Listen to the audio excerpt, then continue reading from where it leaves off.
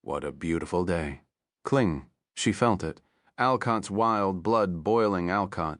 She gasped, dropping the dishes. As they shattered, Alcott's mother heard them from upstairs and came to investigate. She then saw Ginger looking out of the window with a worried face. Alcott's mother stared at her. Are you okay? Ginger stared at her. Nothing. Everything is. Is it, Alcott? His mother said, staring at her. Go. I will be fine on my own. He needs you by his side. Thanks. Ginger gave her a gentle bow before rushing to her room and picking up all her magic items inside her room. She opened the closet where she kept her coffin. Creak. The moment she opened the lid, a rush of blood covered her body, sinking deep into her skin as she smiled. The werewolf showed up, and it is stronger than I expected. She grabbed her staff and wore her robe. The more time they fought, the more the beast agitated Alcott's sleeping blood. At this rate, he will transform again, and that will never be good. She rushed out of the front door and leaped on her staff. Alcott's mother stared at her, sighing as she walked inside the house to clean the mess. The young ones are too energetic those days. Mother, it's been a while. She froze, hearing the cold voice call her. As she looked into the living room, a woman, hodded in black, sat there. It's been years. Alcott searched for you for years. Alcott's mother smiled. Sorry, but I had other things to do. Even now I will be leaving immediately, the woman replied. You promised him to leave a child, but you left immediately. Alcott's mother stared at her. I kept my promise, believe me, the woman replied, standing up. Ginger used her staff like a witch's broom, flying across the city like the winds. Oi! One of the guards cried as she passed by him at a tremendous speed. You damned mage, he shouted. Ginger didn't care about anyone. Her only care was about getting to Alcott before he transformed. It isn't about winning. Alcott would win if he transformed, but he might never return to his humanoid self, she thought, flying across the forest road, leaving a trail of dust behind. Alcott mastered his bestial blood in the past, reaching the level of a progenitor on his own. Ginger thought he wasn't born an alpha. He plowed his way to the top. She smiled. I remember him rushing me with a happy face, speaking of how he could call wolves with a howl, or how he was able to do flips in his werewolf form. Most people saw that as a curse, but to him it was just another power for him to play with. She frowned, but now it has become a real curse. She stared at the sky. With how powerful Alcott's blood became, even the traditional curing process failed him. Ginger's fangs grew longer as hundreds of bats flew from her body into the forest. Clear my way, kill any monster before it could stall me down. She growled at her familiars. Please endure it until I come. Don't let the beast withing out. Alcott watched Hank smack on the ground, bleeding. This is the end, he shouted, swinging his blade down as fast as he could. Hank. A voice came from the forest, and Alcott stopped, looking at the trees. From the thick forest, Hank's wife stared at them, leaning on a tree with one hand. Get back, Hank yelled at her. Sorry, Alcott said, but your husband must die. He swung his blade down. Alcott's faced multiple battles like this in the past.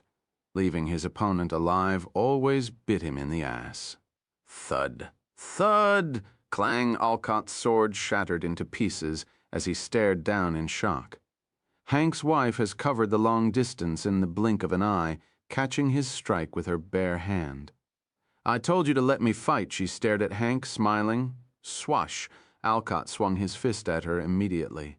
I was wrong. She is the real monster, crack in one swift move. She swung a back fist at Alcott's face, sending him rolling away. Arid and Ayla stared at her, confused momentarily before the realization hit him. Ayla? She is the werewolf. Arid rushed to catch Alcott. Are you all right? Ayla pulled her bow and fired 3 arrows at the ground before Hank's wife. Stop, right there, she shouted, but her words fell on deaf ears. Aren't you the monster? Hank's wife glared at Alcott, her eyes flashing red. Chapter 73, The Dragon's Mom is Back. Arad and Ayla stared at her, confused momentarily before the realization hit him. Ayala, she is the werewolf. Arad rushed to catch Alcott. Are you all right? Ayala pulled her bow and fired 3 arrows at the ground before Hank's wife. Stop right there, she shouted, but her words fell on deaf ears. Aren't you the monster? Hank's wife glared at Alcott, her eyes flashing red. Ah woo, with a roar, her body swollen, growing fangs and fur as her jaw extended. Her voice shook the forest as the small birds flew away. Alcott leaped back, pulling 2 short swords from his pocket like it was a magic trick. So he was a human. Alcott glared at her. His wife was the alpha, he growled, taking a stance. Say you're picky. Why would someone like you be satisfied with a human? Hank's wife stared at him, eyes glowing with a blood-red rage. She didn't even bother replying. Bam! With a single leap, she rushed at Alcott, swinging her claw. Clang. He blocked the attack with one of the short swords and countered with the other. Damn it! She's fast. As he regained his stance, his body started aching, and his blood boiled. With each crash, his bones tingled and his eyes turned redder. The pain in his tailbone slowly became unbearable, as his body couldn't wait to transform. Arid watched the 2 zap across the forest, clashing faster than most people could see. Don't, a voice rang in his head. Wait, Mom, kill her. We shouldn't kill, Arid thought, a smile crossing his face. Got it, Mom. His eyes flashed purple and his body disappeared. Arid, Ayla shouted, hearing him mumble something before vanishing. Zon. When the 2 swung at each other, Arid appeared between them. Glaring at Hank's wife with the side of his eye, like a pulse of magic, Arid's frightful presence covered the whole forest. The fake red scales on his body turned purple as 2 black wings exploded from his back, rumbling as the void vibrated inside them. Clang, crack. Alcott did his best to pull his strike down, but he still hit Arad's wing, and his blades shattered. On the other hand, Arad blocked Hank's wife's attack with his forearm. Calm down, both of you, she didn't care, swinging his neck. Arad turned his back to Alcott and blocked the wife's second attack.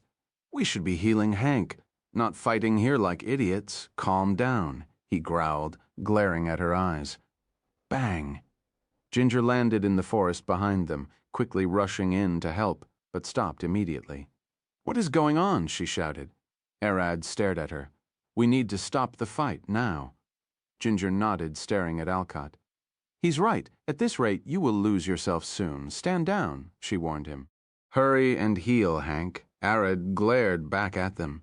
I don't care what you do. Don't let him die. Hank's wife stood down, glaring at Alcott. That mixed blood whelp, she approached Hank. How is he doing? Bled a lot, but we'll be okay. Ginger smiled. I've seen worse. She gave her a wry smile. Alcott got his organs spilled once. Arad closed his eyes, hiding his wings and scales. That was close. He looked at his forearms. My bones broke from the impact. But she couldn't cut through the void scales. It wasn't a matter of strength. The quality of the material clashing determined the result. Mom, can you hear me? The curses are calming with the 2 progenitors close. We might be able to lift them now. You know we couldn't cure them because you hid them, right? I know now, even if you healed them like that, you would have agitated the second one. Hanks's wife shifted back to her humanoid form, glaring at Arad. Can we talk? What? You know, I tried to lift the curse off you before it was after Hank saved you from the griffin. She sighed. It was entangled. If you and Ginger worked together, you could lift the curse. He pointed at Ginger. That vampire? I did sense some vampirism inside you. Let's carry him to the inn, Ginger shouted. I stopped the bleeding with my magic, but we will need a healer to heal him. Nova. On their way back, they met Jack, Lydia, and Merida, and got their help. Lydia stabilized Hank's body till they reached the inn and got the nuns to help. When Hank's body stabilized and his life was no longer in danger, Arad, Ayala, Alcott, and Ginger sat down with Hank's wife. Care to explain the killing? Alcott growled. Care to ask the nuns? Whelp. She stared at him.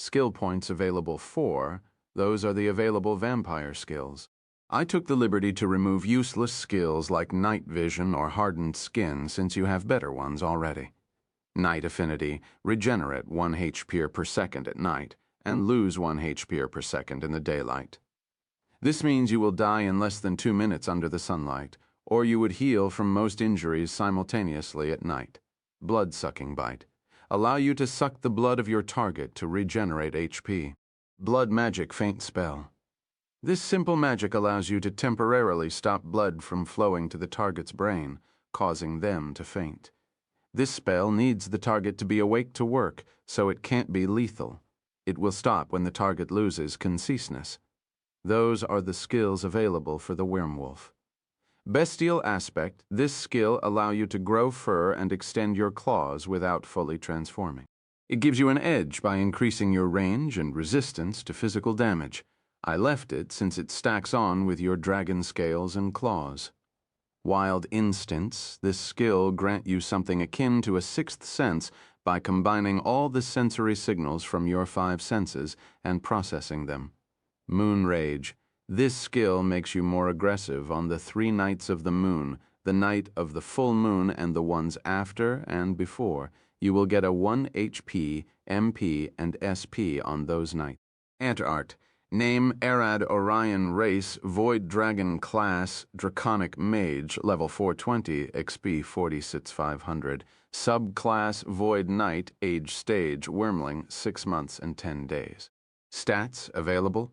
Stat points 0 available. Skill points 4 Strength, 15 Agility, 20 Constitution, 14 Magic 20 Intelligence 20 Wisdom 20 HP 108 Talon Slam Wing Slam Glide, Innate Skills, Frightful Presence, Void Magic, Void Power, Alternate Form, Breath Weapon, Void Biology, Void Eyes, Void Existence, Void Walk, Resistance, All Elements Immunities, Time Space, Magic Non, and Eric Vampire Skill Tree, Tier 1 Skills, Night Affinity, Locked Blood, Sucking Bite, Locked Blood, Magic, Faint Spell, Locked Estart, Werewolf Skill Tree, Tier 1 Skills, Bestial Aspect, Locked Wild Instincts, Locked Moon Rage, Locked Estark All. I'm a werewolf.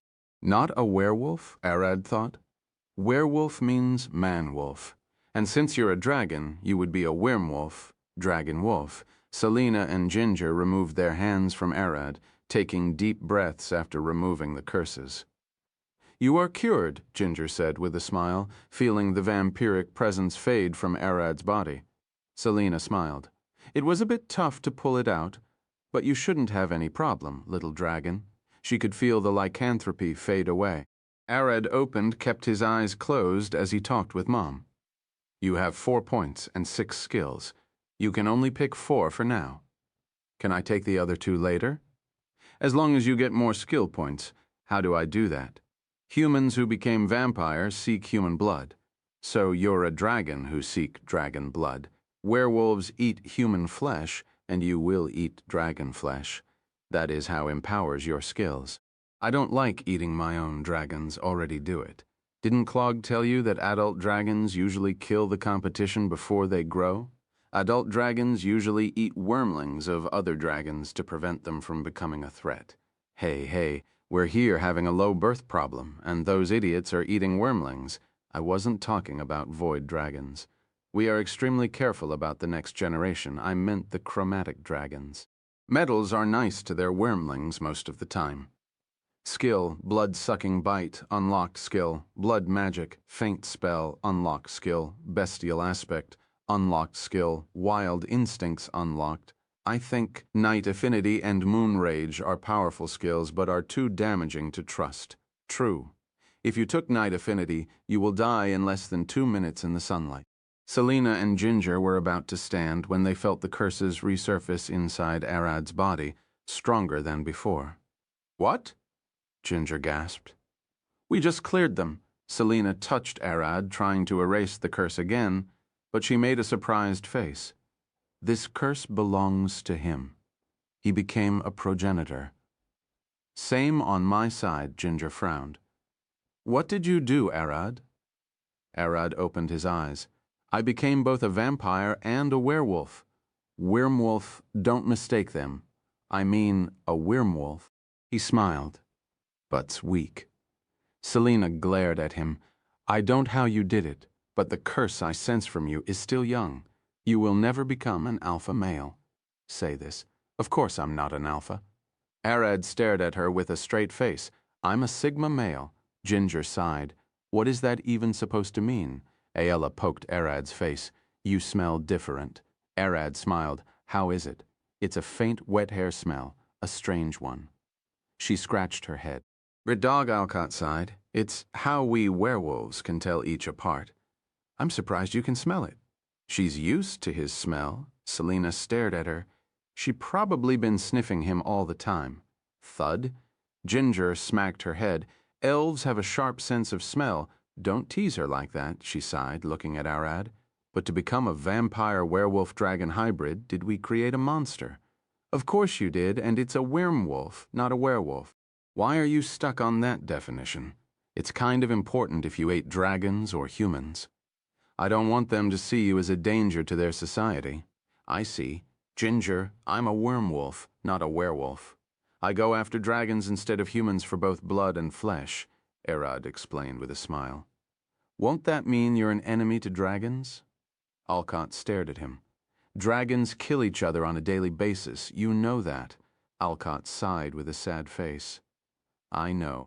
That's the reason they don't give much attention to using humans. Their kind is more trouble to deal with.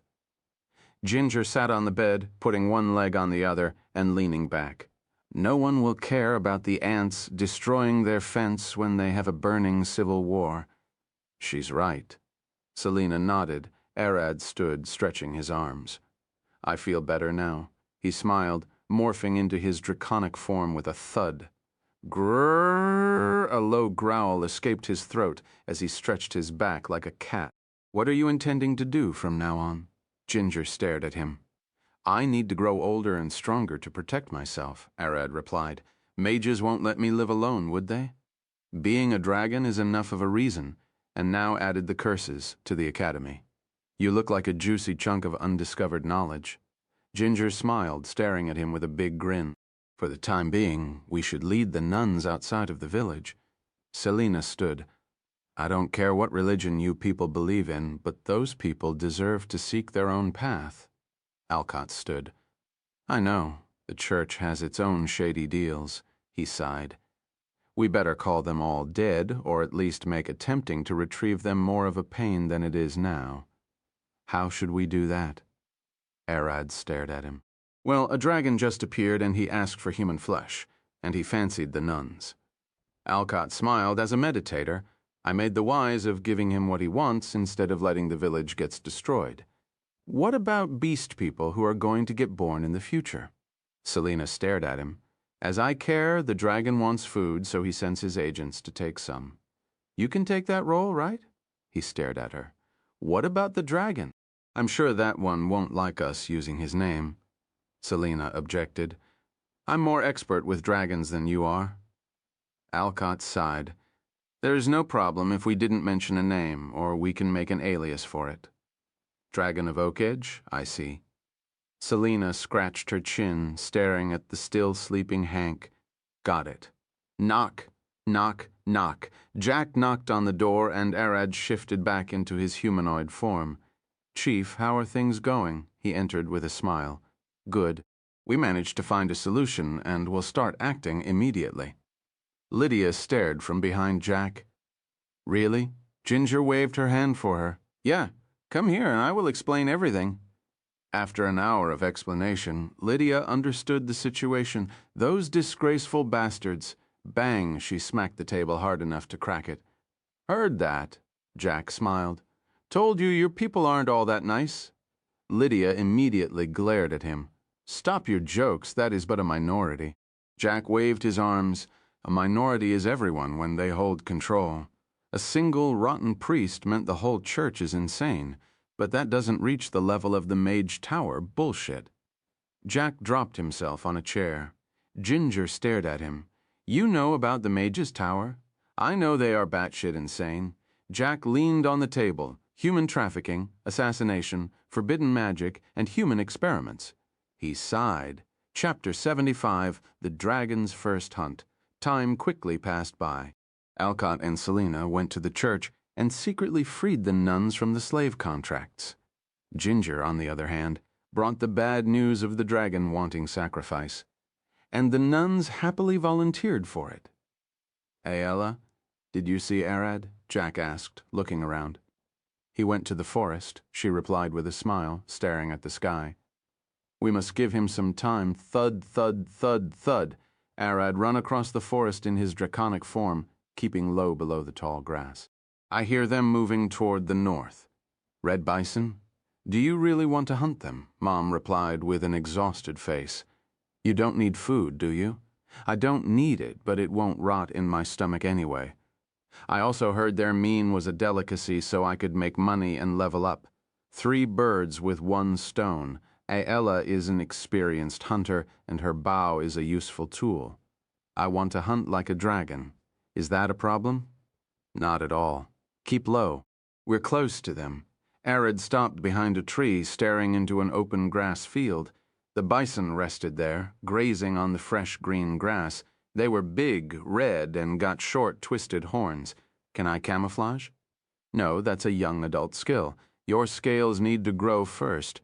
They are pretty big and sturdy. Can't I try it?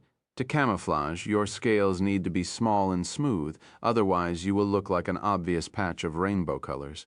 Author edition. The scales are imagined like the pixels of a display. The smaller they are, the better. Arad prowled around the herd, searching for the weak and wounded beasts. He wanted to take it easy and test the water first. "Mom, what about that one, in the back? A broken horns and a festering wound in the back leg. It won't be able to run away." "A good target, you would die." Look closely at the herd. Countless bisons checked on the wounded beast regularly, never leaving it alone. They are protecting it? Exactly. Attack it and they will gang up on you. What should I do then? Do as I say. I will teach you the basic of hunting for a wormling. Those strategies will change as you grow older. Arad circulated around the herd and started digging a trench with his claws, using his stomach to hide the dirt. He then peeked out. Now, to drag one out, right? No, we will take a bunch down simultaneously. Arad went back into the trench and started digging a tunnel while throwing dirt from his tail like a worm, sealing the hole he made. As a dragon, you can travel by walking, flying, climbing, swimming, or digging. Use those movements to your advantage. I can't help but feel like I'm eating dirt and pooping behind me. Arad sighed. Are you sure this will work? No matter how much big those monsters get, no matter how hard they stomped, they can never shatter the ground. If you can dig, then use it as a shield and a way to sneak close to your prey. A bison stood merely, eating the grass from the ground. Crack. The dirt shattered, and Arad's jaw emerged, biting it from the snout. Moo! The beast cried as Arad pulled underground with extreme force. Moo! The other beasts stared for a moment, processing that the ground just ate one of them. Moo! They quickly started to freak out. The stupid beasts can't see anyone, so they cannot fathom it was something to fight. Their default survival instinct was to run away. As the beasts ran for it, they crossed over the trench Arad made, falling in and breaking their limbs. Mom, it's working! Arad growled with a smile, digging his way back to the trench. Don't get greedy. Pick the beasts one by one and aim at the neck and nose. I know. Drag them underground where they can't move and kill them there. Arad peeked his head into the trench, biting a beast from the back leg and attempting to drag it underground. Thwack! The beast kicked Arad in the head, knocking one of his teeth out. Growl, he growled, retreating to the ground. Idiot, I told you to go for the nose or neck. If you see a leg, get back underground and change your position.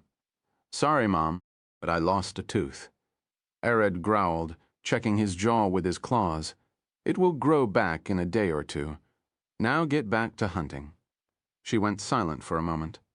Don't cry about not being able to bite well, I won't. Arad dug his way around, quickly reaching the beast's head and biting its neck. You didn't go for the nose? I just lost a tooth. I want to bite something soft at least. Arad didn't want to bite the hard nose.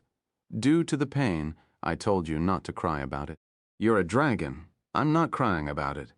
I'm being optimal with my condition, Arad replied as he pulled the beast underground, killing it. That was a solid answer. Keep it up. I thought you would be angry? Not when you make sense. I get angry when you take an unneeded risk, play your skills badly, or attempt to make a bad decision. Not what do you define as bad? Not anything that could hurt you, your mates, children, or even growth in any capacity. I see Arad went to the next bison, biting it by the neck and dragging it down. Do all wyrmlings hunt like this? No, all wyrmlings can dig like you, some ambush prey by leaping from trees and some scavenge after other hunters, to each their way of survival, but don't you think this is a bit too much? I don't need over 30 bison, right? Dragons are avaricious, consuming far more than they need. This is where those words started. If a lion hunts 1 deer, we hunt 10, eat 1, and store the other 9. If we need to eat once a week, we eat each day to grow stronger and bigger. We are strange creatures. Arad sighed, slowly killing all the bison in his trench. After the hunt was done, Arad exited the ground, licking his bloodied claws. Growl. A growl came from the bushes. Looking closely, it was a pride of lions. Did they smell the blood? Probably this might be their hunting ground. What should I do? Nothing. If they dare approach, kill the male. You sure? We dragons don't care about whose territory we're in unless it's another dragon. What do wyrmlings do in those situations? That depends on the type. Chromatic dragons would kill the male, eat him, and then mate with the lioness before leaving. Metallic would quietly retreat, respecting the lion and even leaving a part of the prey. And we magic dragons, depends on the person. Your mother would kill all of them like any other prey. To her, they were but preserved meat.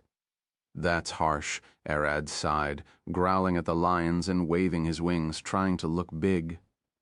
Roar. The lion leaped at him immediately. What, does he want to fight?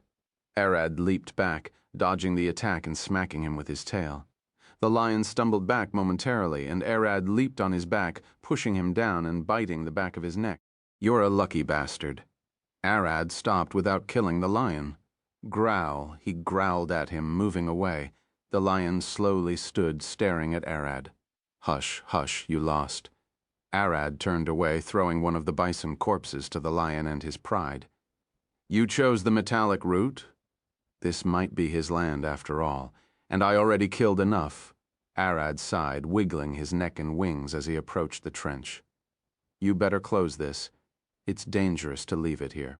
Using all the dirt in his stomach, Arad slowly closed the trench as the lions dragged the bison's corpse away. Arad Orion, race, Void Dragon class, Draconic Mage, level 520th. XP 720, 14,000, subclass Void Knight, age stage, Wyrmling, 6 months and 10 days. Stats, available stat points, 1 available skill points, 0 strength 15, agility 20, constitution 14, magic 20, intelligence 20, wisdom 20, HP 123, 13.5, MP 150, SP 122, 15s, skills, claws, bite, tail, slam. Wing, slam, glide, innate skills, frightful presence, void magic, void power, alternate form, breath weapon, void biology, void eyes, void existence, void walk resistance, all elements immunities, time, space, magic, blood, magic, faint spell, and our fire, vampire skill tree, tier 1 skills, night affinity, locked, blood-sucking bite, unlocked, blood magic, faint spell, unlocked, our wire wolf skill tree, tier 1 skills, bestial aspect, unlocked, wild instincts, unlocked, moon rage, locked, our I leveled up. Arad smiled. Let's allocate that point to constitution. I want to balance the stats a bit, a wise decision for someone who a bison kicked one of his teeth out. Stats, available stat points, 0 available skill points, 0 strength, 15 agility, 20 constitution, 15 magic, 20 intelligence, 20 wisdom, 20 HP, 123, 13.7, MP, 150 SP, 122, 15.7, Chapter 76, A Night with a Visitor. Arad walked back into the woods, searching for more prey. You got enough. Let's get back to the village. Are you sure, Mom? Arad replied. The day is still long. You can always hunt another day. Not straining yourself or the ecosystem is a skill that every dragon must learn at some point. I see. Killing all those bison will get the predator on edge, scaring the other monsters. I will end up eating them to extinction if I keep hunting. That's the point. Hunt as much as you can without causing trouble. Mom smiled inside. A good way to kill monsters without worrying about the ecosystem is through the guild's quest. They will think for us. Arad returned to the village, stretching his arms as he approached the tavern right outside. He found Jack sitting there. Arad, want lunch? Or are you full? Full, but I still eat more. The two walked in to eat. Ayla and Merida sat together, chatting in the back. Arad stared at them, confused. What are they talking about? Jack looked back. I don't know. All the girls I met were weird, so I can't possibly guess. Ayla noticed Arad staring at them, so she waved her hand at him, smiling. Merida stared in the other direction. It was suspicious. Lydia passed by, so Arad called her, Do you know what those two are talking about? She shook her head. I don't know. But I heard your name brought up several times. Did you do anything? I did nothing, Arad replied, staring back. Later that night, Arad walked into his room to see Ayla sitting on the bed. How are you doing? Good. And you? She stared at him with a smile. I'm fine. What did you talk about with Merida? Ayla giggled. Girl's secret, can't tell you yet. So you're supposed to know at some point? When will I know then? When Merida is ready, Ayla smiled, preferably before we get back to Alina. We will be spilling apart then, he said with a serious face. Ayla gasped. Well, I can tell you a bit, she scratched her chin. Right now, I'm supposed to convince you to keep her in the party. Arad pulled a chair and sat on it. You know she's dangerous. Someone like her who attacks before thinking things is dangerous to leave around. I know, but hear me out on this. Ayla smiled. It's better to have her around. Someone like her is better an ally than not. That isn't a reason. Don't you have anything more convincing? Arad stared at her. If there was a more valid reason, Merida would have brought it up herself. Mom said with a sigh. Ayla is supposed to talk you into it, probably. You know, she's strong and all, Ayla said, worried. Arad sighed. You know, it's easier to convince me by coming straight. Ayla sighed. Sorry about that. There isn't much of a reason besides what I can't say. You have to trust me on this one. She scratched her chin. Arad smiled, sitting beside her. Fine, but we have to ask Jack as well later. Really? Ella smiled. Of course. Jack is a member. We can't ignore him. I also have a bad feeling about not telling him. Arad lay on the bed, and Ayla started helping him take off his armor. Do you think he will object? No. I think Jack will act rashly later if things turn bad, Arad replied. I see, Ayla smiled, sitting beside him. Should we do it tonight? Tell Jack? No, the other one, she replied with a blushing face. Ah, that, Arad smiled. I did ask Mom about it. It will be hard for us to get a child. What did she say? Dragons and elves live a long life and have few children. We might not get one for decades, Arad explained. How about the egg problem? How long will the pregnancy be? Ayla asked, since she won't be able to fight in the later days of that. Mom, got any idea? Author note, humans live to 1,000 years, 9 months. Elves live to 1,000 years, 90 months. Dragons live to 10,000 years, 900 months. Your mother was a woman. It's hard for me to tell if it was the reverse, but a void dragon must be born from an egg, and it needs to incubate inside the mother for at least 75 years to gain knowledge and hatch like you. You said something like that before? About how we void to get a part of our parents' consciousness or something? That's a different topic. You live inside the mother until you reach cognitive adulthood, since the mother won't be staying with you. Mom smiled. We can't leave a crying baby who can't walk nor speak alone. Arad nodded, explaining what Mom told him to Aella. 75 years we elves barely stay pregnant for 90 months. Aella gasped. I'm sure your mother wasn't pregnant for all those years. It would be inefficient. We will find a workaround for that pregnancy. Mom explained there might be a way to shorten that 75 years. Arad looked at Aella. Mom says we might find a way. Aella stared at him with a wry smile. We better do. 75 years is just too much. Arad scratched his head. I guess it has something to do with void magic. An experienced mage might be able to help us. I don't think you find any mage knowledgeable in void magic. Aella stared at the ceiling. I'm a void dragon. We both can get research going, Arad smiled. Eh. Both Aella and Mom gasped at the same time. Wasn't the goal not to get the mages to experiment on you? She's right. We need to find a trustworthy one. How about Ginger? She looks capable, Arad suggested. I don't know about it. She's trustworthy, but dangerous at the same time. Why do I know what you are thinking? Arad sighed. What? You want the mage to be pregnant as well? Arad sighed again. You won't trust someone unless we are in the same cage. Mom laughed. You're like your mother, like mother? As a dragon, her power stood above all. There are only a few people she trusts, for the sole reason that they can't keep up with her. Mom said in a calm voice, How strong is she? Let's keep it as best not told, Wadnate. Arad sighed, closing his eyes. I'm exhausted. What happened to you? Aella stared at him, confused. I feel sleepy, Arad replied, yawning. Aella crawled beside him. Want to sleep early? She hugged his arm. Want to do it? Arad looked at her. Don't force yourself if you're exhausted. We can do it again when we find a quiet place, where no one would hear us, she whispered in his ear with a smile, closing her eyes. Arad smiled, hugging her. Let's take it slowly. We have a long time ahead of us. Knock, knock. Someone knocked at their door, and Arad stood immediately. I'm coming. When Arad opened the door, he saw Merida standing, staring at him with a worried face and a pillow and blanket in hand. Can I sleep here? Excuse me? What? Arad stared back at Aella. She shook her head. I know nothing of this. Can I enter? Merida asked, looking down. Heck no, Arad replied. He was just about to have a sweet time with Aella. I'm right. This woman is a problem. Alcott and Ginger wanted a room. She said I could sleep with you. Merida said, looking down. Let her in, Aella said from the back. It can't be that bad.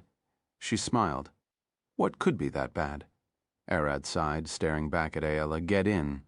Merida walked in, resting her sword in the corner beside Aella's bow. That's a long blade if I've seen one.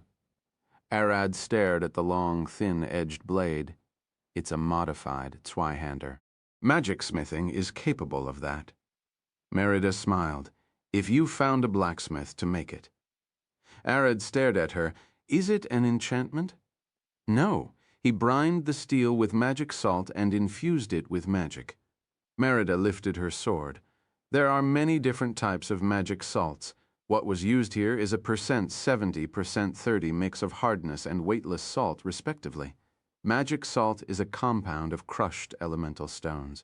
When smithing, you can sprinkle it on the steel, cool it in, or brine it to add those magical properties to the weapon. So it's what makes such a thin, long weapon possible. Yeah, without it, most large weapons are going to be unusable. Arad sat on the bed. I see, but where are you going to sleep? He asked the important question. On the floor or in the corner. I don't want to stay outside in the cold or the tavern where drunkards are roaming. Merida replied, and Arad stared at Aella. She smiled. Arad, she's usable. Arad sighed. Fine, fine, he stood. The bed can hold two. Do you mind sharing it with her? He looked at Aella. I have no problem with that. But what about you? Aella stared at him with a smile. "I will sleep on the ground," Arad replied. "No, I will sleep on the ground." Merida stared at him. Chapter 77, Attracted to the Wormwolf. "No, I will sleep on the ground." Merida stared at him. Arad sighed, exhausted. "Use the bed," he glared at Merida. Aella stared at them. "She's right. I can't let you sleep on the ground." Arad stared at her. "You change your mind quickly." The three of them kept arguing, and after half an hour Merida stared at the ceiling. She and Aella slept on the bed, squeezed beside Arad. "What am I doing?" She stood screaming. Arad opened one eye, staring at her back. "We're in an inn. Keep your voice down." "What are you two talking about?" Aella sat up, rubbing her eye as her chest dangled. "This elf is in her underwear. Even Arad isn't wearing his top. Why am I sleeping in the same bed as them?" Merida stared to realize. They argued, and this is how it ended. Merida looked won. She was the only one fully clothed. "I will go sleep on the ground." She was about to stand, but Aella caught her. "We already talked about it. Get back down." She pulled her to the bed. "Let me go! Let me go!" Merida struggled, but Aella quickly wrestled her back into the bed. Arad went back to sleep, closing his eyes and letting the girls deal with it. "You aren't interfering?" "What could I even do?" Arad asked. "I don't know. Try calming them down." Crack. The two girls wrestled on top of him, and Merida's elbow dug into his chest. Arad opened his arms, catching Aella and Merida simultaneously and pulling them toward the bed. "Let go of me." Merida growled as Arad's arm wrapped around her shoulders. "Argue about it in the morning. For now, sleep," Arad growled without even opening his eyes. "That's right. If I can't tell her to sleep on the ground or get her to sleep in the bed, all I need to do is postpone the decision to the morning." Mom sighed. The decision was flawed, but it worked in her and Arad's favor. So she doubled down. "She's calming down." Merida went silent for a moment, relaxing beside Arad and looking away. "Fine," she mumbled with a faint voice, resting her head on his arm and closing her eyes. Aella smiled, hugging Arad's right side and closing her eyes. The morning quickly came by, and Arad woke to a strange feeling. A hand is on my crotch. "Aella, Merida is on the bed. Do you remember?" He slightly opened his eyes, peeking down. It was Merida. She had one hand in his pants and one in hers, masturbating. "Yeah, yo," Arad screamed inside his head.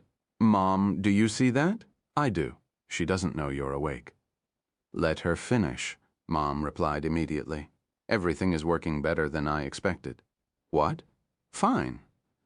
Arad didn't move and kept observing her. "But is this normal?" "No, and that's why you mustn't confront her. Now don't move." Hearing that Arad didn't move and waited. Merida's hand movement got faster and faster, and her breathing got heavier. "Ah-ee!" A muffled moan escaped her mouth as her hips trembled with shaking eyes. She pulled her hand from Arad's pants. It was dry, not got out of him. Merida stared at her. "Nothing," she mumbled, sniffing it for a moment before licking her fingers while still playing with herself. "What is she doing?" Arad kept screaming inside his head. "Don't move no matter what." After thoroughly licking her fingers, Merida stared at Arad and Aella's faces and slowly crawled down, pulling his pants down. "Mom, let her do what she wants. Don't move." Merida shoved her face into his meat, sniffing him like a hungry dog, spacing out momentarily. She opened her mouth, pushing the whole thing in her throat. It's in her mouth. Arad wanted to move. "I told you to stay still. Do you want Aella to kill you?" His body flinched, and Merida stopped a bit before continuing. Quickly, Merida forgot herself and started going faster and faster. When she looked up, Aella was glaring down at her in the eyes. "Aella is awake. She is going to kill her. I need to stop them," Arad screamed internally, but Mom stopped him again. "Don't. If Aella wanted to kill her, she would have done so already." Merida froze, almost choking up. She slowly tried to stop, but Aella caught her by the hair. "What are you doing?" she whispered. "I can explain," Merida said, almost tearing up Ayla, put a finger to her mouth. Be quiet unless you want to get beaten to a pulp. She glared at her and then looked at Erad's face. He's still asleep. Come with me. Ayla pulled Merida toward the room's corner. I can't hear what they are saying, Erad thought. Ayla will notice if you moved a bit. Stay still. But I can't even see them. Forget about and stay still like a stone. After a few moments, Ayla and Merida returned to the bed, sleeping beside Erad. Merida as well? I thought she was about to kick her out. Erad screamed inside his head. What a development! Merida reached with her hand to Ayla, grabbing her arm. Ayla smiled at her. I know. Ayla crawled up to Erad's ear. Erad, Erad, she whispered. Wake up. Pretend to wake up. Erad slowly opened his eyes. What is it morning? He mumbled. Ayla smiled. It is. She smiled, kissing his cheek. Erad sat up, waiting for them to bring up what happened, but they didn't. Merida pretended to wake up just like him, stretching her arms. As they stood, Ayla walked up and Merida brought her clothes. Should I help you? She asked, with a shaking voice. Ayla smiled. Of course. She let Merida help her wear her clothes. What are they doing? I expected this to be a bloodbath. Merida owns Ayla twice now. One for cutting her ankle and now for keeping what she did a secret. They must have settled for another price. Won't that activate her contract? Erad thought. It will unless she tells you about what happens soon. But as Erad was thinking, Ayla approached him with Merida. Erad, can I ask a favor of you? Ayla said with a worried face. Is she about to tell me? What is it? Erad replied with a smile, waiting to see what she would say. Ayla stared at Merida and then back at his face. I know this might seem strange, but I beg of you, please don't get angry. She bowed down, pushing Merida with her. Erad helped her lift her head. You don't need to do that, he said with a wry smile. Why all the show is what Merida did that bad, depending on the person. It wouldn't be strange if you beat Merida to death, the same for Ayla protecting her. I don't feel like that. Is that fine? Erad asked. No, lasting damage was done, so I don't think it's worth starting a fuss about it. After taking a deep breath, Ayla recited what Merida did in detail, apologizing in her stead and forcing her to apologize alongside her. Erad listened as Ayla talked, so can you please forget what she did? Bidnov? Arad scratched his head looking at Ayla's face and Merida's head that was stuck to the ground. Aren't you assuming too much? Arad said, staring at them. Ayla looked one. Yeah, I guess even I can't speak up in this. Please, Merida cried. Arad looked at them, confused. Your misunderstanding? He sighed. Ayla, can you at least explain to me why you want to help her? Ayla stared at him, poking her fingers together. Remember what we talked about before?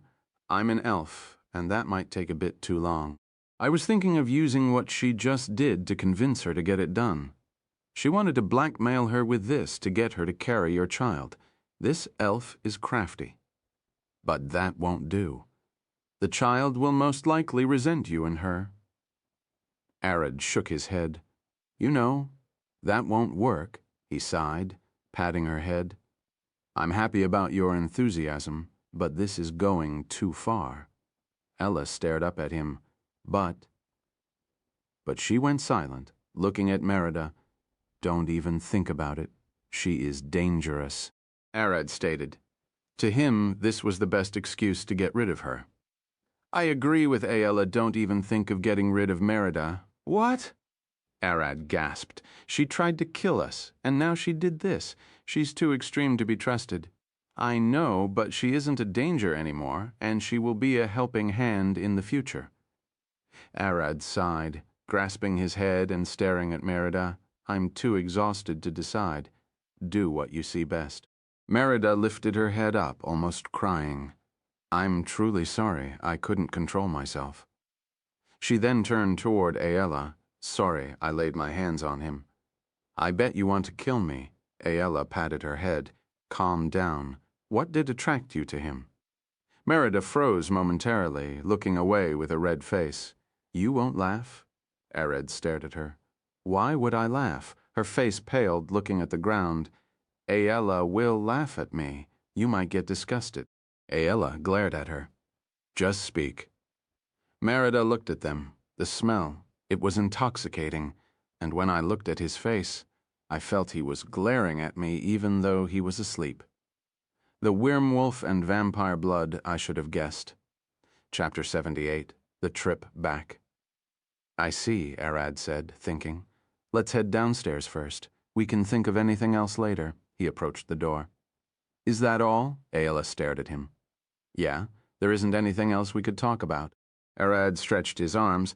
I won't speak of what Merida did. We're splitting at the guild anyway, he smiled. You said you didn't want to party with Merida due to trust. Yeah, at first it was a gut feeling after she attacked us once, but now I have more reason to throw her. That's a waste of her talent with the sword. Mom sighed. We will someone better, I understand. Merida nodded. If we both speak to Nina, she should be able to talk the guild out of it. Alcott will speak as well. We're guaranteed to end it. Aella stared at Arad with a smile. Let's go eat something, Arad said with a smile, but then looked at Merida. I should make this clear. If you attacked us again, I won't hesitate to kill you on the spot. I won't forget, Merida replied with a slight bow. Arad and the girls walked downstairs. Alcott and the others waited at the counter, eating their breakfast. Chief, you're back. Jack smiled, waving his hand. Did you have a pleasant night? Arad looked at Jack, and then at Alcott.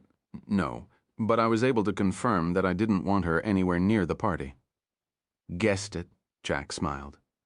Alcott sighed, staring at Ginger. It didn't work. I told you he is hard-headed. Ginger stared at Arad, smiling. I was confident it would work. This blood-sucking fiend. She knew that would happen. Her plan backfired. We should be more careful around her. Arad sat beside them, looking at the bartender. Your breakfast is almost ready. Please wait a moment. The bartender replied while wiping the counter. How are the important matters going on? Arad stared at Alcott. Hank is stable, and Selena took a room with him. The plan is going well, and we should finish by noon. He gulped down his meal. I will take care of that part as the dragon meditator. So I want you to prepare for our trip back home. Arad nodded. Got it. After breakfast, Arad, Aella, and Jack searched for a wagon heading to Alina to rent. Merida stayed in the inn with Lydia to collect rations for the trip. At noon, Alcott returned from delivering the nuns. Sir Meditator. The village chief approached him. Is the dragon pleased? Alcott nodded, smiling. It is. This village is safe. I even got the dragon to agree to some conditions. The village chief's eyes opened wide. What condition? It won't eat the nuns, and instead will use them as a worker to clean its lair, prepare the food, and such. It even agreed to free them in the future if it didn't need workers instead of killing them. He looked down. Of course, there is bad news as well. The village chief frowned. We did expect as much. What is it? Alcott looked away. The dragon was keen on using them for pleasure. They can't escape that unless some of them get eaten. He then looked at the sky. But the nuns accept that as a condition to be left alive. The village chief nodded. I understand, he sighed. I bet the dragon could have done as it pleased. We're grateful it even agreed to some conditions. Thank you, Meditator. Alcott patted the chief's shoulder. Cheer up. They might return one day also. Selena and Hank could talk to the dragon in your stead. The village chief stared at him. Really? Hank fought the dragon and got his respect. At least enough to consider him worth listening to. Alcott smiled. Everything is in your hands from now on. Alcott walked away toward the village center, thinking, Sorry, Chief. The nuns are heading toward the Beastland as we speak now. They are safe and have a better life ahead of them. Behind the village center, Arad and the others awaited Alcott beside the wagon. Are you done? Yeah, everything is under control. Alcott smiled. We can head back. He looked at the village. I hope we can meet again in better circumstances. Oak Edge is alpha after a few hours of traveling. Night fell, and the party needed to camp. "Pull up to the side. We'll camp beside the road," Alcott said, leaping from the still-moving wagon. "As you say, sir." The driver nodded. Thud. Arad and Aella leaped behind Alcott. "What should we do?" Arad asked. "We need firewood and stones to make a fire. Someone needs to serve the area as well." "It would be nice if we got a fresh kill for dinner," Arad said, scratching his chin. "Fresh kill? I have a couple of bison in my stomach," Arad thought. "Don't pull one out. Those creatures live in herds, so camping around where they graze is dangerous. Basically, if I could hunt one here, we should move away. We can't show that to Lydia, Merida, or the driver.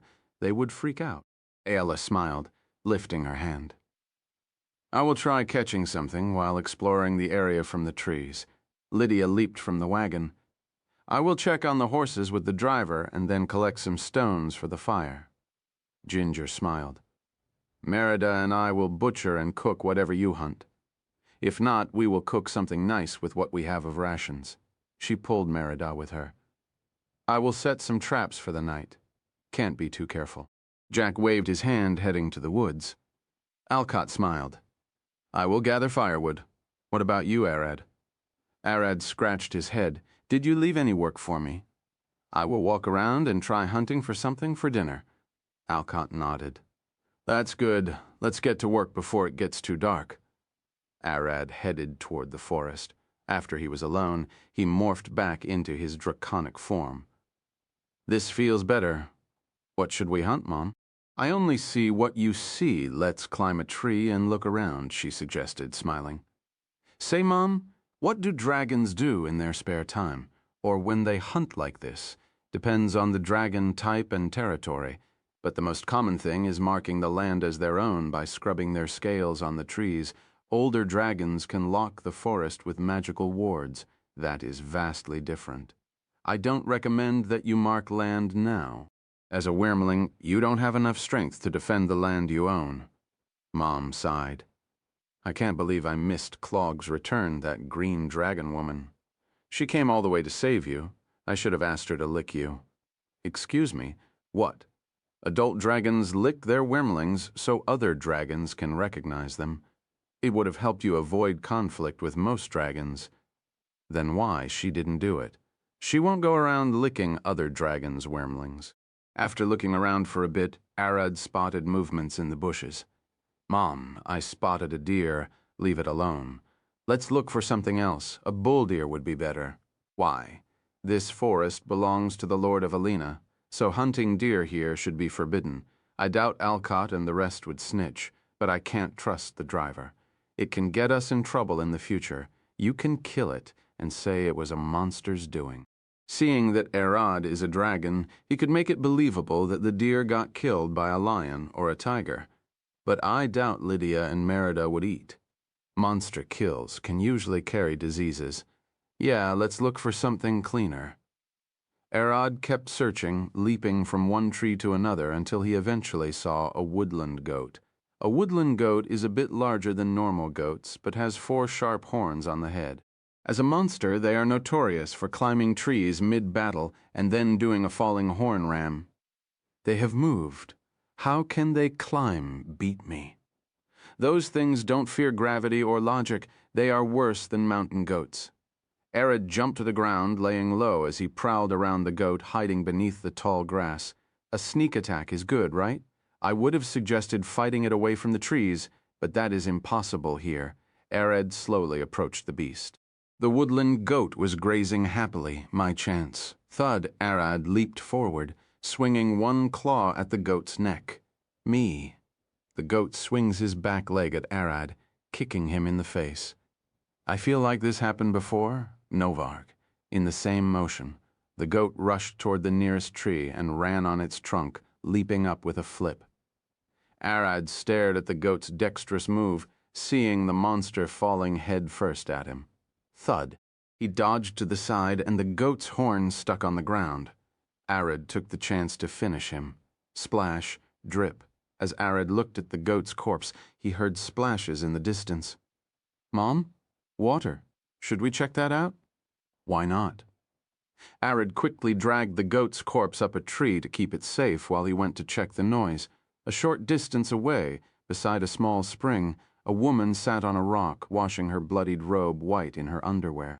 From the massive hat on her head, Arad immediately concluded she was a wizard. Crack! The woman stared back toward where Arad was hiding, and she smiled. "Ara, I have never seen something like you before." She smiled, pulling a small wand from her chest.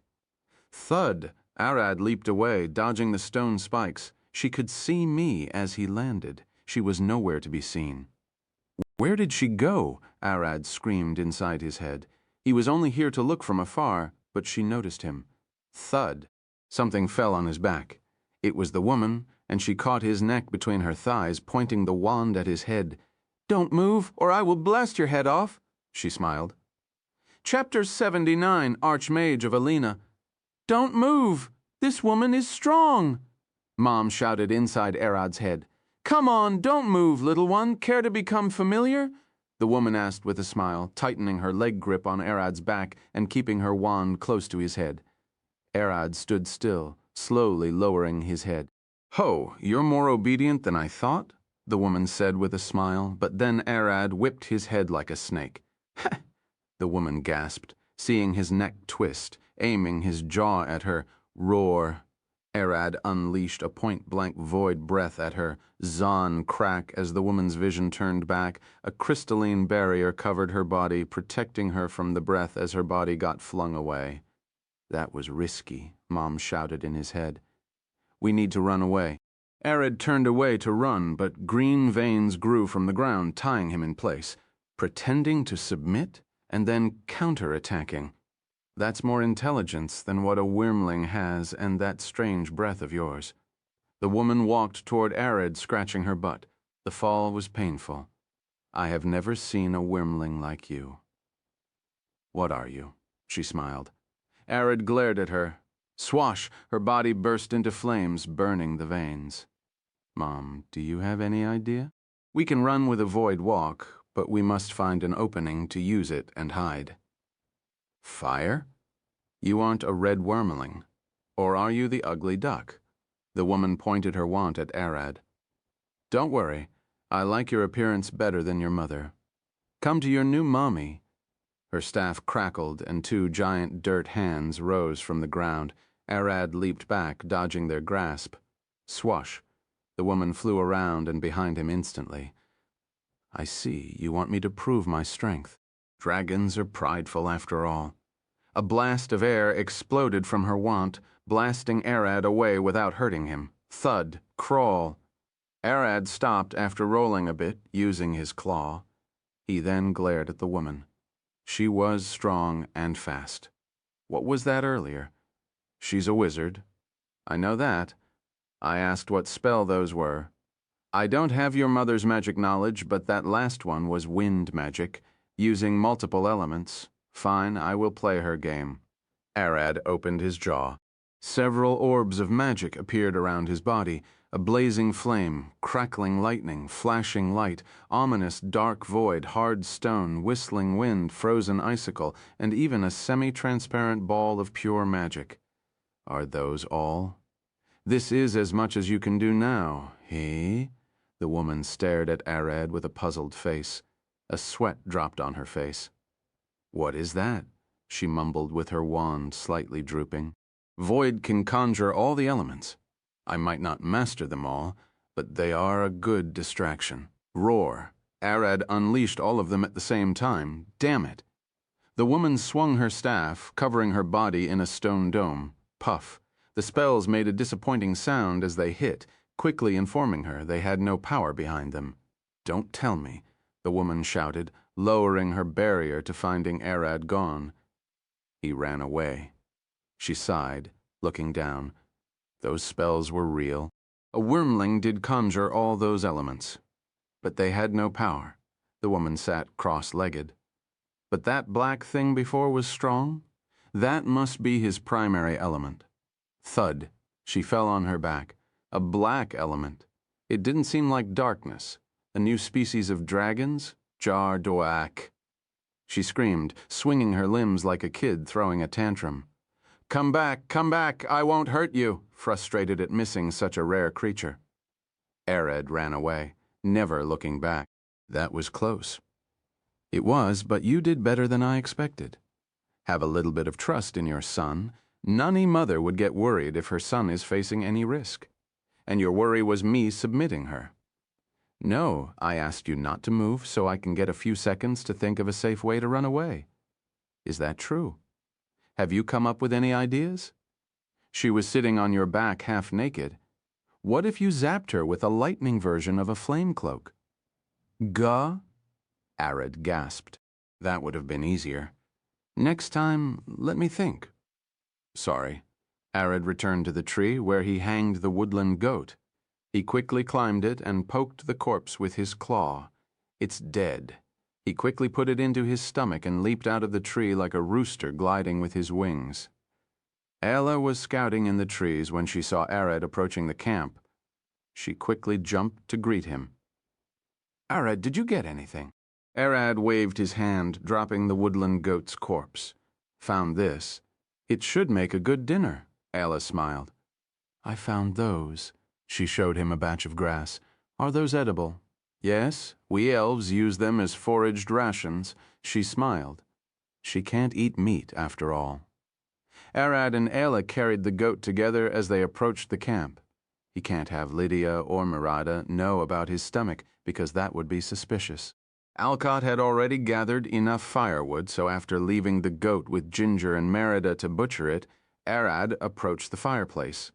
Should I ignite it now? Yeah, I got more firewood than we need, Alcott replied, smiling. Ared used a bonfire spell to ignite it. I heard some noise in the distance. Did you fight a big monster? Alcott asked, smiling. Ared stared at him. You heard it and didn't come. He wanted to scream, but then thought, I should be able to care for me. He's the reverse of Mom. Ared quickly told him about the fight with the woman wizard, a half-naked wizard with a big chest. That's too vague to know who she was. Alcott shook his head. He can't just guess her from the top of his head. Later that night, just as the dinner was ready, Ared heard something moving around the camp in the grass. Alcott. Ared looked at Alcott relaxing around the carriage. A humanoid is coming directly toward us, almost like he doesn't mean harm. Alcott stood. Ella looked at them.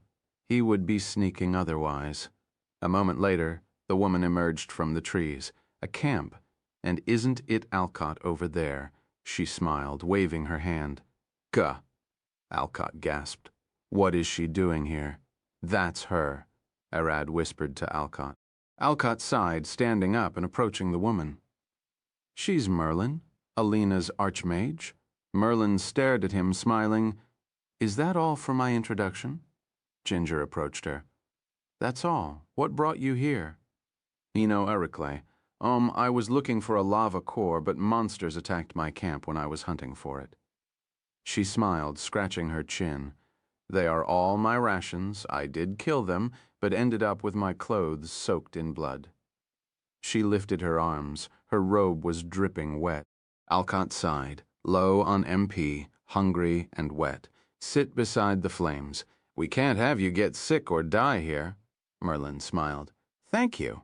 Since Alcott approved of her, no one questioned her further as she sat beside the fire. Merlin's eyes darted around the camp. You even have an elf. I haven't seen one in a while. She stared at Alcott. She isn't at my party, he replied, sitting back beside the wagon. Hem. Merlin looked around, and her eyes stopped on Ared. Are you a mage? A sorcerer? I feel like I've seen you before, Merlin smiled. She's sharp. I was wandering around Alina's plaza. We might have crossed paths there, Ared replied, looking away. What kind of sorcerer are you? Fire, red draconic bloodline, Ared replied with a sigh. Merlin went silent for a moment, staring at the flames. Are you with Alcott? I'm not at his party. I have my own, Ared replied. Shame, I was looking for assistance in my next project. She sighed, leaning on her hands. The city is full of people. Find someone else. Aella glared at her. Merlin closed her eyes. I would have done so if I could. She looked at the flames. I'm working on a city heater.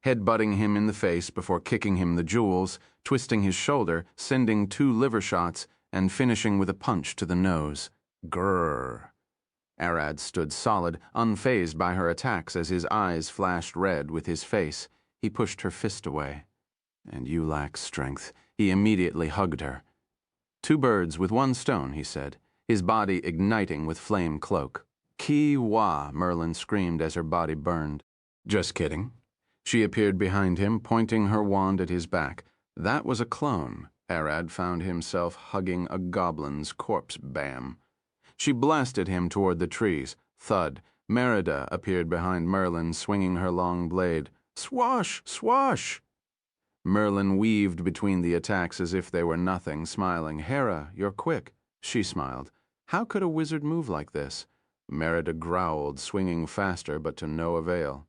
It was like Merlin knew all her attacks. Let's say I had a bad experience in the past since I couldn't dodge. Merlin deflected Merida's blade with her small wooden wand. Thud. Aela joined in, swinging her dagger at her. Aura! Merlin leaped back. Die, with Aela and Merida swinging simultaneously. It was 6 attacks per second at Merlin, but even with that, she had no problem dodging. I'm starting to sweat a bit, Merlin smiled, leaping into the sky. Aela and Merida waited for her to fall, but the woman started running on air like it was nothing. Catch me if you can. Merlin laughed. Ginger sighed in the back. That's Alina's archmage. She isn't even taking you seriously. Cling. A fish hook flew from the forest, catching on Merlin's clothes. What's this? She looked at her back. Jack smiled, handing the wire to Arad. Here you go, Chief. Crack. Arad wrapped his legs around a tree so he won't be pulled up and started pulling her down. Come down so I can burn you to ash, he growled. Merlin looked at him with a smile. You could have only asked me. Merlin flew directly toward Arad, relieving the stress on the string and causing him to hit his head on the tree. Arad immediately recovered, standing up and swinging a fist at Merlin. Slee, Cling, with a single swing from her staff, his flames faded. What's an ugly spell? As if Amber taught you and then attempted to sculpt the magic yourself. She sighed, throwing Arad on the ground. Arad immediately stood, swinging a fiery kick at her. Stop, Merlin said, smiling, touching Arad with her staff and paralyzing him. I also feel that you're holding back. Your flames can get hotter, can't they? Merlin dragged him toward the camp, lifting her hand up. I don't want to fight anymore. I'm running out of MP, and too much stress will only cause me wrinkles. She then put Arad beside the flame. I can teach you how to cast magic like a master. Care to be my student? No, Arad replied as soon as she released him. Merlin sighed. Do you know that I have 10 boxes of studentship requests collecting dust? I don't care about how much people want you. Arad looked away. You're too dangerous to stay around. Merlin seemed to think momentarily, can we talk in private? I can even let you touch them. She squeezed her chest. Crack. Aela caught her by the back of her neck. What did you say? Merlin pointed her wand back. Here you go. With a flashing light, she turned Aela into a small frog, lifting her and putting in her chest. This can be you. She looked at Arad. Ka'edon. He swung a fiery fist at her, but she deflected it. No use. Merlin sighed, putting Aela on the ground and turning her back. I was sure you've been staring at my chest for a while. Stop spitting nonsense. Arad growled at her while checking on Aela, found her weakness. She has 3. What are they? As I said before, you can knock her with lightning magic if you touch her. The second one is that she can't cast 2 spells simultaneously. Her barrier won't activate mid-casting. And as Jack said, she can't find an attack that she doesn't know of. Her interest in me will only increase if I used lightning. Amber said dual-element sorcerers are rare. I don't think I can sneak on her, and she's too skilled to be caught in the middle of casting. Let's attack her in her sleep. That's an assault. I will find a way to hit her now. Arad thought a bit. Her will ask to touch her chest and then rip it off. That's more of an assault than my idea. Merlin stared at Arad. You look a bit confused. Are you okay? She smiled. That's none of your business. Arad sighed, sitting beside the campfire. I believe it's my business to think of someone trying to attack me. She glared at Arad. Aella glared at her. What are you after? Merlin looked at her. To be honest, nothing. It's true that I need someone immune to fire to help me build the heater before the winter. That would prevent the commoners living inside the walls from freezing to death. She sat beside Arad. People like you are quite rare, and I haven't seen one after the one named Jeremy. Merida looked at her. My niece? Binovol. Warrior. Yeah, I heard of what happened to him. Sorry for your loss. Merlin then stared at Arad. If I needed your help, I would send you a message through the guild. Is that fine with you? Arad stared at her. How much are you paying? Depending on the problem. Even I, the Archmage, do need to report the expenses to the city council. Merlin smiled. Alcott called Arad. The city is sponsoring the project, and you might get a low pay if you took gold. Ask her to pay you with spells instead. She can provide those from her own collection. Hey, Alcott, don't tell him that. Merlin stared at him. You offered spells earlier. I was listening. He stared at her. Arad, Merlin is an expert spellcaster and an enchanter. She also has a lot of experience in hand-to-hand combat. You won't find a lot of people like her. Merlin smiled. Aura, you haven't praised me for a while. She stretched her arms. Is dinner ready yet? Merida approached her with a covered plate. Here's your dinner, Lady Archmage. She handed it to her with a bow. Merlin smiled. I thought you were trying to kill me earlier, but I like your manners. When Merlin opened the plate, she saw 2 vein-covered white balls. What is this? Woodland goat boiled testicles, Merida said with a thumb up. You, Merlin growled, and Aella took the chance to grab her by the arm, smacking her on the ground. Crack! Merida and Aella looked back at Ginger, and she gave them a thumbs up. It was her idea, Chapter 81, Hunting Wolves for Lila. Merlin growled, standing up. That hurt, she stared at Aella. But you got a hit in? She sat, cracking her neck. Arid stared at her. How could a wizard be so good at hand-to-hand combat? Merida smiled. You don't have to rely on classes, do you? She stretched her arm, making a fist.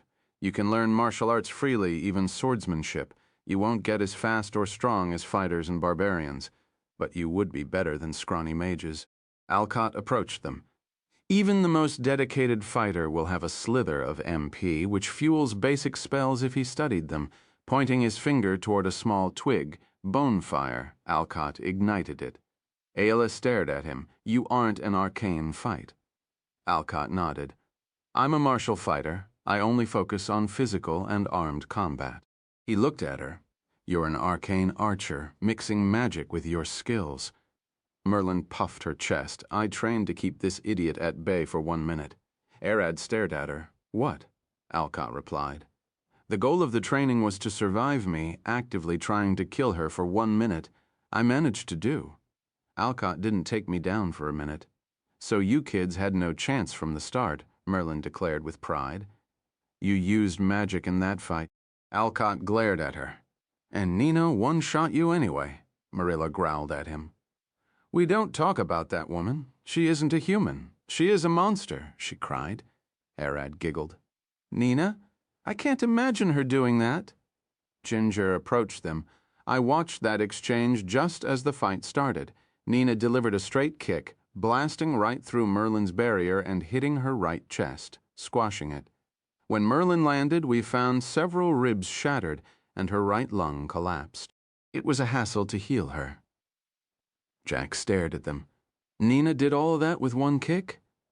No wonder the seniors at the guild fear her. Merlin gasped, remembering Nina biting her sword.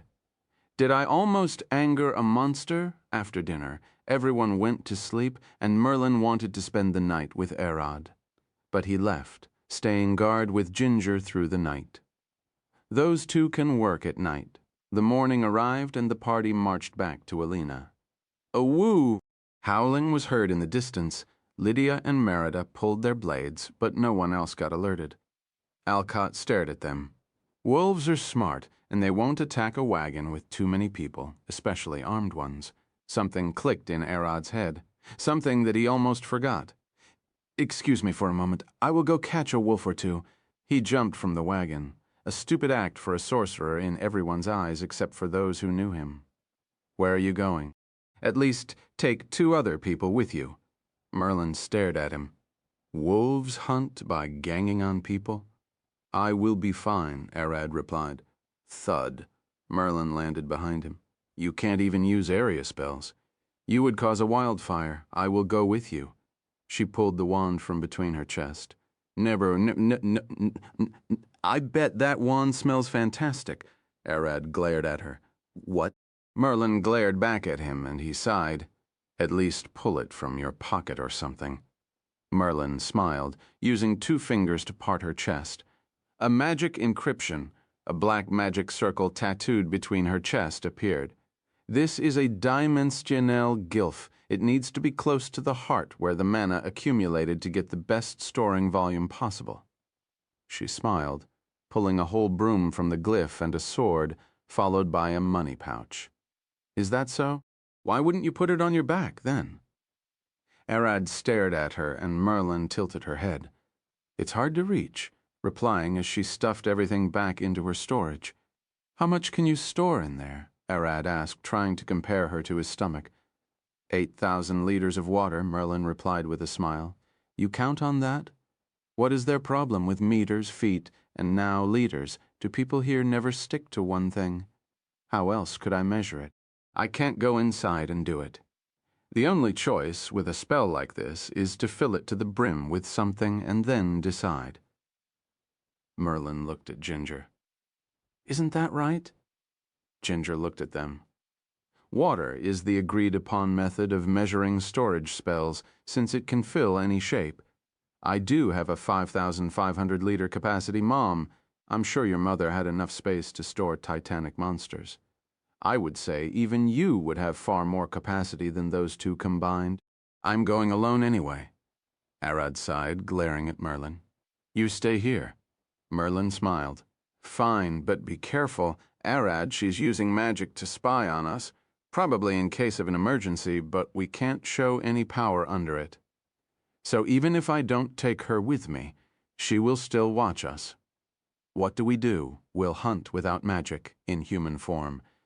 Arad rushed into the distance, chasing the howling of the wolves. Thud! Thud! Thud! First run on your fingertips and keep your head low.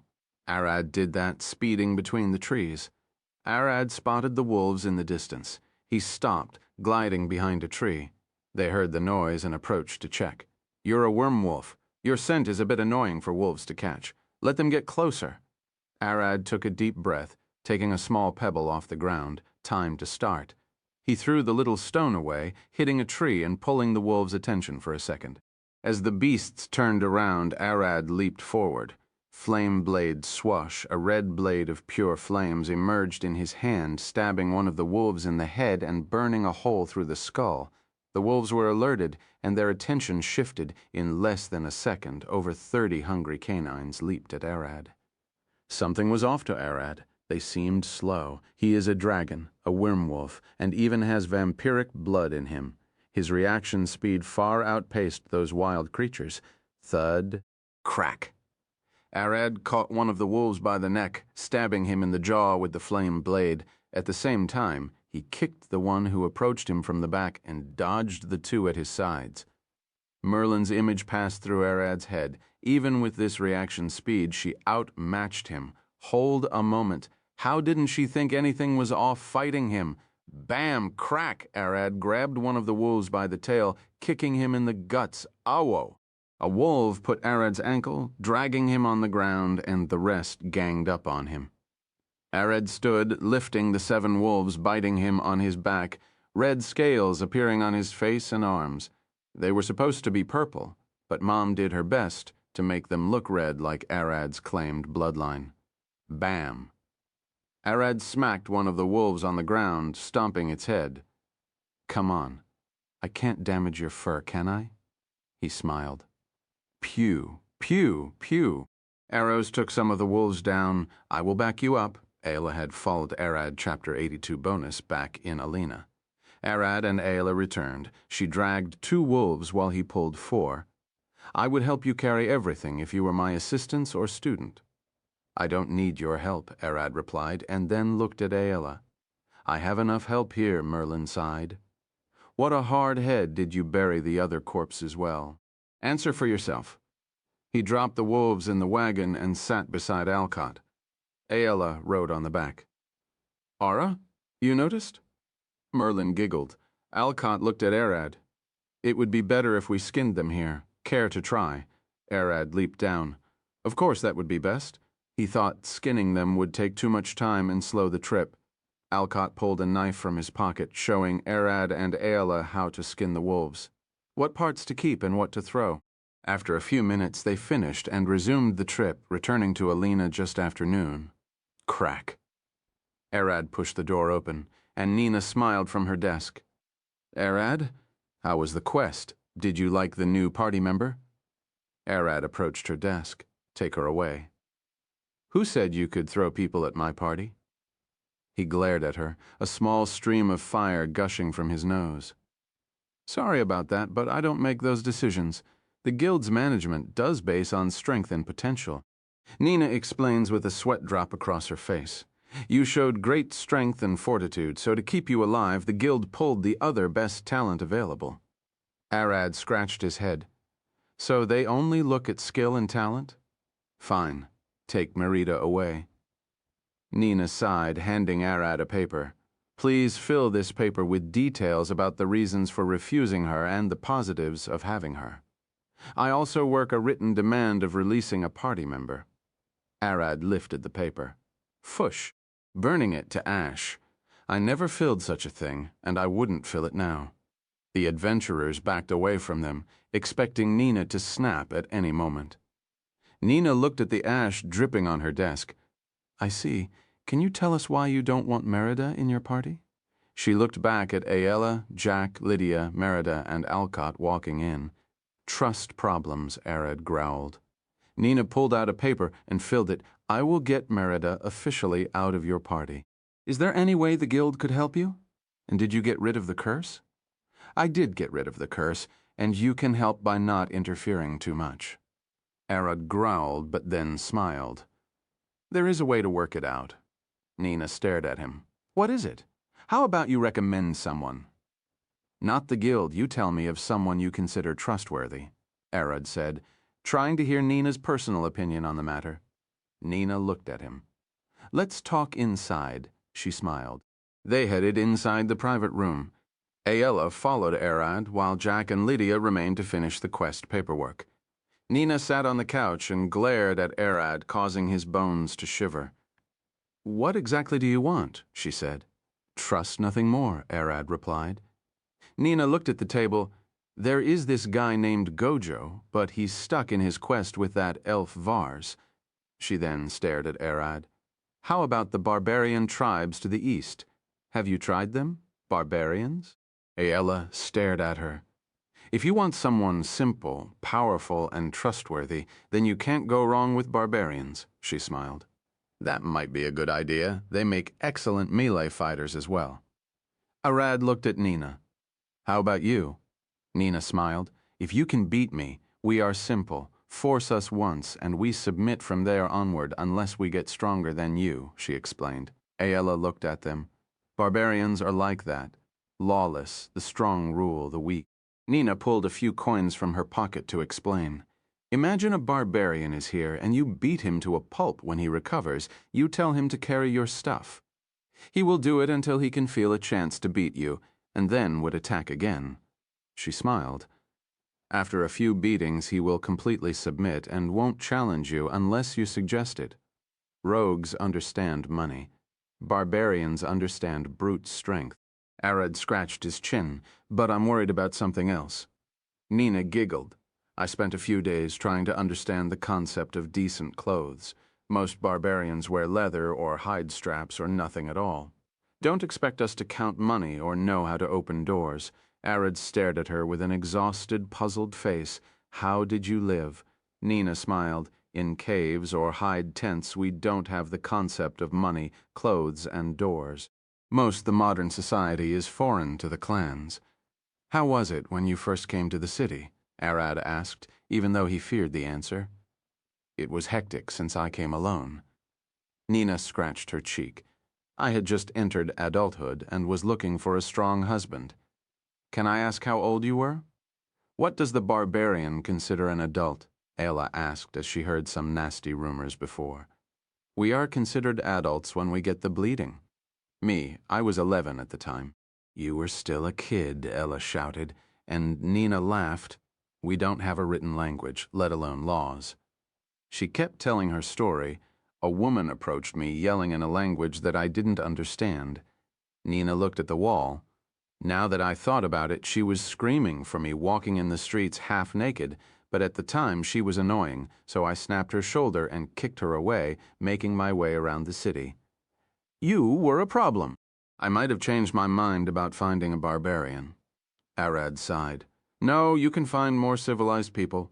We have come a long way in establishing connections. Most barbarians have learned to wear decent enough clothes around the barons, and even keep contact to only between themselves, Nina explained, shaking her hands. What are the barons? Arad asked. It's what we call city people, the non-barbarians. She smiled. If you want safe access to a barbarian, I suggest contacting the slave market. You want me to buy a slave of your people? Arad stared at her, confused. Most barbarians end up killing someone or doing enough damage to go there at least once. I ended up there twice, albeit I broke out on the same day. Arad stood with a smile. I will look into it. I believe I can trust you. Do you want to join? Nina smiled. I'm waiting here for the day. You can drag me out by force. I won't trust my back to someone far weaker than me. Fair enough. I will be going now. As Arad turned around, Nina caught his hand. Want something? Nothing. I don't believe anyone else can notice. Nina shook her head. Come on, tell me. Do I stink or something? Arad said, joking. Nina nodded. I smell both blood and a musty smell on you. She sniffed his chest.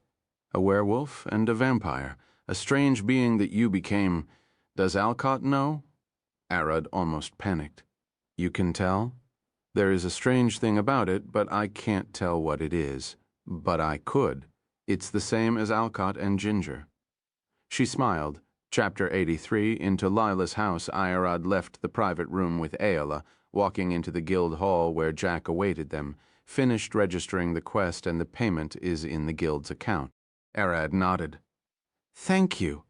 I'm going to meet someone. You two can head back to the inn. Ella and Jack stared at each other. Jack was the first to speak. You won't check the money with the guild? I might have stolen some. Hearing Jack's words, Arad shook his head. I know you didn't. I know you're more honest than you look. Arad smiled. Jack laughed. Arad, can I go with you? Ella tugged to his side, her ears drooping. Of course I will go deliver the wolves. He smiled. Jack stretched his arms. Then have fun. I also have something to take care of tonight, so I might be late. Jack smiled, pulling Arad to the side. I managed to get Lydia down. Can I take a few silver coins for drinks? He whispered. Good for you? Arad gave him a thumbs up. Take a gold coin and search for a nice place. Jack stared at Arad with a smirk. You want me to find it so you can use it later, he giggled. A quiet place where no one can hear you is best. You understand well, Arad and Jack bumped fists. Yay. I'm going on a manly mission, Jack roared, his eyes burning. As all the adventurers stared at him, Jack left the guild with a smile on his face. Arad and Ayla went out, walking across the city's busy streets. Are we heading to Lila? Ayla asked, looking at Arad's face from the side. Arad nodded. She asked me before to find her some wolf materials. I'm going to deliver what we hunted. Ayla smiled. Mira should be there as well. I did want to speak with her about the bow. As Arad and Ayla approached Lila's shop, they found it closed. Lila stood cleaning in front of the door. Why is she closed? Arad mumbled. Probably something happened. Let's ask her, Ayla said with a worried face. The two approached Lila. Hello, did something happen? Arad asked immediately. Lila looked at him, confused. Isn't it Arad and Ayala as well? Welcome, she smiled. Ayala approached her. Why are you closed? Did something happen? Lila looked at her, confused. Ah, today is my day off. I need to rest every once in a while. She smiled, looking back at the closed door. She then shifted her eyes back at Arad. I can smell it in you. She smiled. You came here for business. Arad laughed. You're right. Is it the wolves I wanted, or something else? Lila smiled, and Arad replied, How did you guess? I can tell when someone is excited about something. This is the first time you're bringing me something, and deep you're worried about the legality of it. Lila patted his shoulder. I did more deals than you can imagine. I can tell what people are thinking from a glance. That's amazing, Ayla said, smiling. Lila smirked. If I wanted to push a deal, I would leverage on your fear and say something like the guards are looking around for Wolves' part. Taking them now might be a bit too risky, she laughed. I will then try to make you wait, increasing your fear of being caught, and then getting a discount to take the goods off you immediately. Is that so? Arad smiled. Can we get inside so I can offload your goods? Of course, come in. Lila opened the door to her house, and they climbed to the upper floor where she lived with her daughter Mira. The shop is downstairs, Arad said, pointing down. I have a storeroom here. We would drop the load there. Lila smiled. You aren't asking me where I keep everything?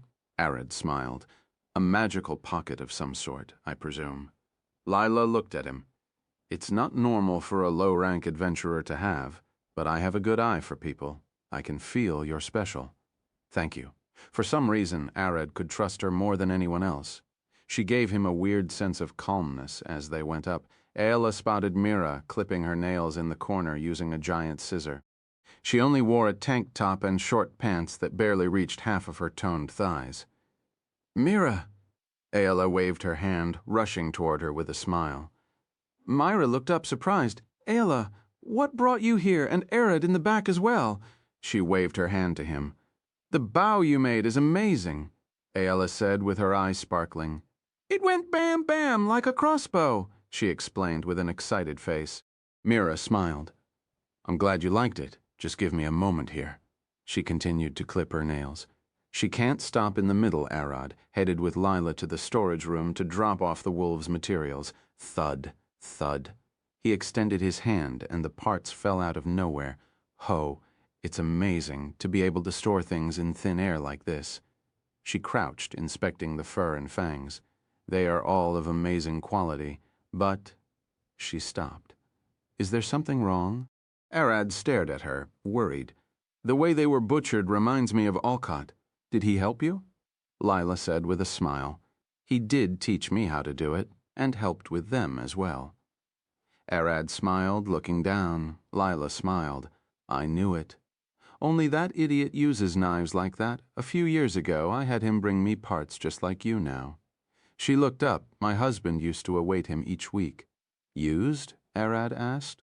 My husband fought in the war and got wounded so badly that he got bedridden. He died a few years ago, Lila stood.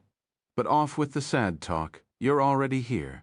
Why won't you two stay for dinner? You can even spend the night here. Arad shook his head. No, I won't bother you. Lila patted his back. You aren't a bother, she approached him, whispering in his ear. To be honest, my instincts are screaming that you will become a great man in the future. Arad started to feel weirded out. Why? Can you spend some time with Mira? Till now, you and Ayla are the only people she spoke with like this. Lila smiled. She used to be engrossed in her work, but since you first showed up at her shop, her eyes had been sparkling with life. Isn't that just because Ayla is testing her new bow? Arad immediately thought of the reason. Mira had a dream of making a metallic bow, and Ayla was the only one to accept her idea. Bam. Lila smacked him on the back. My instincts as a mother are telling me to keep you around. Go ahead and relax. I will cook something delicious for you tonight. Lila headed toward the kitchen, and Mira stood. I'm coming to help. No need, you entertain the guests, Lila replied to her daughter. We can't leave them alone, can we? Mira sighed, scratching her head. You're right. She turned toward Aella and then looked at Erod. Come here. Erod approached her, sitting on the couch, staring at her and smiling. How was your last trip? Mira asked. Erod shook his head. It wasn't easy. We ended up fighting a griffin. That thing was a true monster. I heard they are strong. Their talons could bend steel, Mira replied. I won't say it's that bad, Ella added, shaking her hand. But they are strong and fast. The three of them chatted for a while before Arad managed to ask, Why are you wearing so few clothes? He stared at Mira. Mira looked at herself, her chest slightly showing up from under the tank top. She looked at Arad for a moment, and then looked back at herself. Sorry, can you excuse me for a moment? She stood and left for her room, and quickly returning with a more decent set of clothes. Mira wore a long-sleeve white shirt and baggy pants, covering her whole body better than she was before. Sorry about that. I don't usually wear that much inside the house. She scratched her cheek. I thought you would react more. Aella stared at her. Mira giggled. Crying about it will just embarrass me even more. It was my mistake, so I had to take it to heart. Arad shook his head. We barged here without an invitation. It isn't your mistake. Mira shook her head. Mom, did you do it on purpose? Lila poked her head out of the kitchen. You changed your clothes? What a shame. Mira grabbed the nearest pillow, throwing it at her. Lila laughed. Sorry, I was trying to help you a bit. She ran back into the kitchen. Sorry for my mother's attitude. Mira sighed. Don't worry about it. Arad shook his head. Chapter 84, The Dragon's Quiet Life. Arad, would you mind going to the bakery? Lila called from the kitchen. Arad stood. Where is the bakery? Don't buy from the one in this street. That bakery's bread is hard and bland. Head to the one close to the Adventurers Guild. 5 loaves should be enough, Lila explained as Arad wore his shoes. Got it. I will be back soon. The money is on the desk at the entrance. Lila said, but Arad shook his head. You're treating us. I will be back soon. He left without taking the money. Lila looked out as Arad left. He left the money? She sighed. She then smiled. Well, I only needed him to be out for a while. Lila stared back at Aella and Mira talking in the living room. Aella Mira care to help me cook. Coming. Mira stood, and Aella followed her, determined to learn one thing or two about cooking. Arad walked across the street, looking for something to buy besides the bread. The streets bustled with life, each vendor shouting at the top of their lungs, people chatting, and the children playing. This place is better than living in a cave, isn't it? Of course, it's fun to live around other people. Dragons have 2 forms, humanoid and draconic. Most have to choose between the 2 styles and pick the main one. Red chose the draconic life, but we Void chose the humanoid. So we can find mates, I know. That isn't all of it. A humanoid life is far more fun than a dragon's life, especially when you're a hunted rare species. Blend into society, live between them, and creates bonds. When you outlive them, go into another life. Mom started talking inside Arad's head as he looked at the stalls. One decade be a farmer, and in the other decades be a blacksmith. Do we just move on? Arad asked. How does it work? Void dragons, much like steel dragons, mimic a human's life and aging. To the people around you, you will live a normal life, grow old, and die. So Mother was living around here, and she is now considered dead, right? Yes, right now, she should be living in another place. I don't know where she is, but it's as likely to find her living the life of a slave as to find her acting as a queen. A slave? I wish she would live as a commoner, at least. Arad looked at his hands. I'm living as an adventurer. After hundreds, if not thousands of lives, you will start getting bored from being a farmer or a noble each time. Your mother is mostly seeking a more thrilling life. It isn't strange for a Void or a steel dragon to prefer such hard lives. Do you remember any of Mother's lives? They are foggy. I can't speak of details, but I remember the gist of their nature. Mom said her first life was that of a farm girl, but in that life she got killed early on in a bandit raid. Her second life was as an adventurer, a soldier, a doctor, and even a traveling musician. At some point, she even lived as a slave, a beggar in the royal capital, a madwoman in the streets, a thief, a serial killer, and even a noblewoman of the royal family, and she then lived as a maid for the next woman who poisoned her prior persona. Are you serious? Your mother had a grudge against that woman for ruining one of her best lives before she moved to the next life. She stripped the noblewoman and tied her in the middle of the city for a whole week. She could do that? She can be bigger and have some random idiot kick her in the face in the day, but they would be greeted with an angry dragon at night. Would she speak up if I met her? Probably not, unless you recognize her and specifically call her out. I wish she would act more like a mother, Arad sighed. Believe me, she is. She won't show herself. But you can bet she is watching from afar. If something bad happened, she might even interfere. I find it hard to believe, Arad sighed. I'm back. Arad returned to Lila's home an hour later, carrying the bread and a bag of apples and oranges. It was the only decent thing he could find in the market. You're back? What took you so long? Lila stared at him from the kitchen. Brought this. He lifted his hand up, showing her the fruit bag.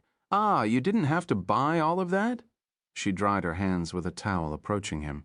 Where are the girls? Arad asked, as he didn't see Ayla and Mira in the living room. They are behind me in the kitchen. I needed a few hands, so I borrowed your girl. Lila smiled. I'm talking about Mira, of course. Arad closed his eyes, walking past her to look in the kitchen.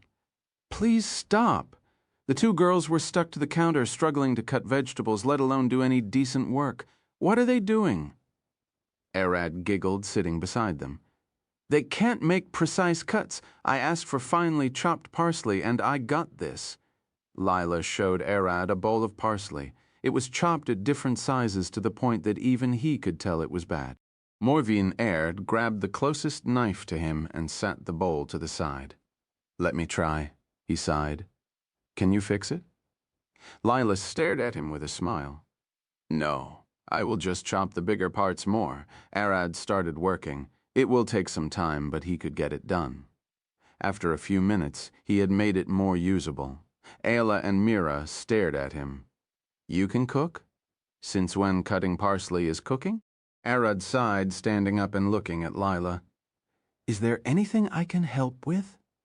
Lila looked around and then brought a big bone, red boar bone. I'm going to use it for the broth, but it's too big. She handed it to Arad with a saw. You're a man, right? Can you cut it? She asked with a smile. Arad looked at her. I'm definitely not a man, he smiled. I'm a dragon, after all. He took the bone in his hand and rested it on the table. Ella, can I borrow your dagger? He asked. It cannot cut thick bones, she said, handing the dagger to him. She is right. Use the saw, Mira stared at him. Arad smiled, looking at them. Don't worry, I can make it work. Arad rested the dagger on the bone, covering it with his palm and pressing downward. As the girls couldn't see it, Arad released a tiny blade of void underneath his palm, chopping the bone in half with a loud crack. Bang! The bone snapped in half just as he pressed. See? Easy, Lila laughed. I knew I could count on you. It would have taken me an hour to cut through that thing. She patted him on the back, taking the bones to wash them. Ayla and Mira looked at each other. How? Mira asked, inspecting Ayla's dagger. I'm not a blacksmith, but this shouldn't withstand that kind of pressure. That's a part of my skills. Arad smiled, taking the dagger back and handing it to Ayla. She knew he did some dragon thing, but couldn't tell and stared at the weapon, confused. Arad pulled a chair and sat with them in the kitchen, watching as Lila cooked and the other two scrambled to help her. I can understand that Ayla cannot cook, but why is Mira like her? He asked. Swash. Mira threw a towel at his face. I have work to take care of. I can't spend all of my time in the kitchen. Arad looked at her with a wry smile. You make bows, right? Mira stared at him. I'm a carpenter, not a bowyer.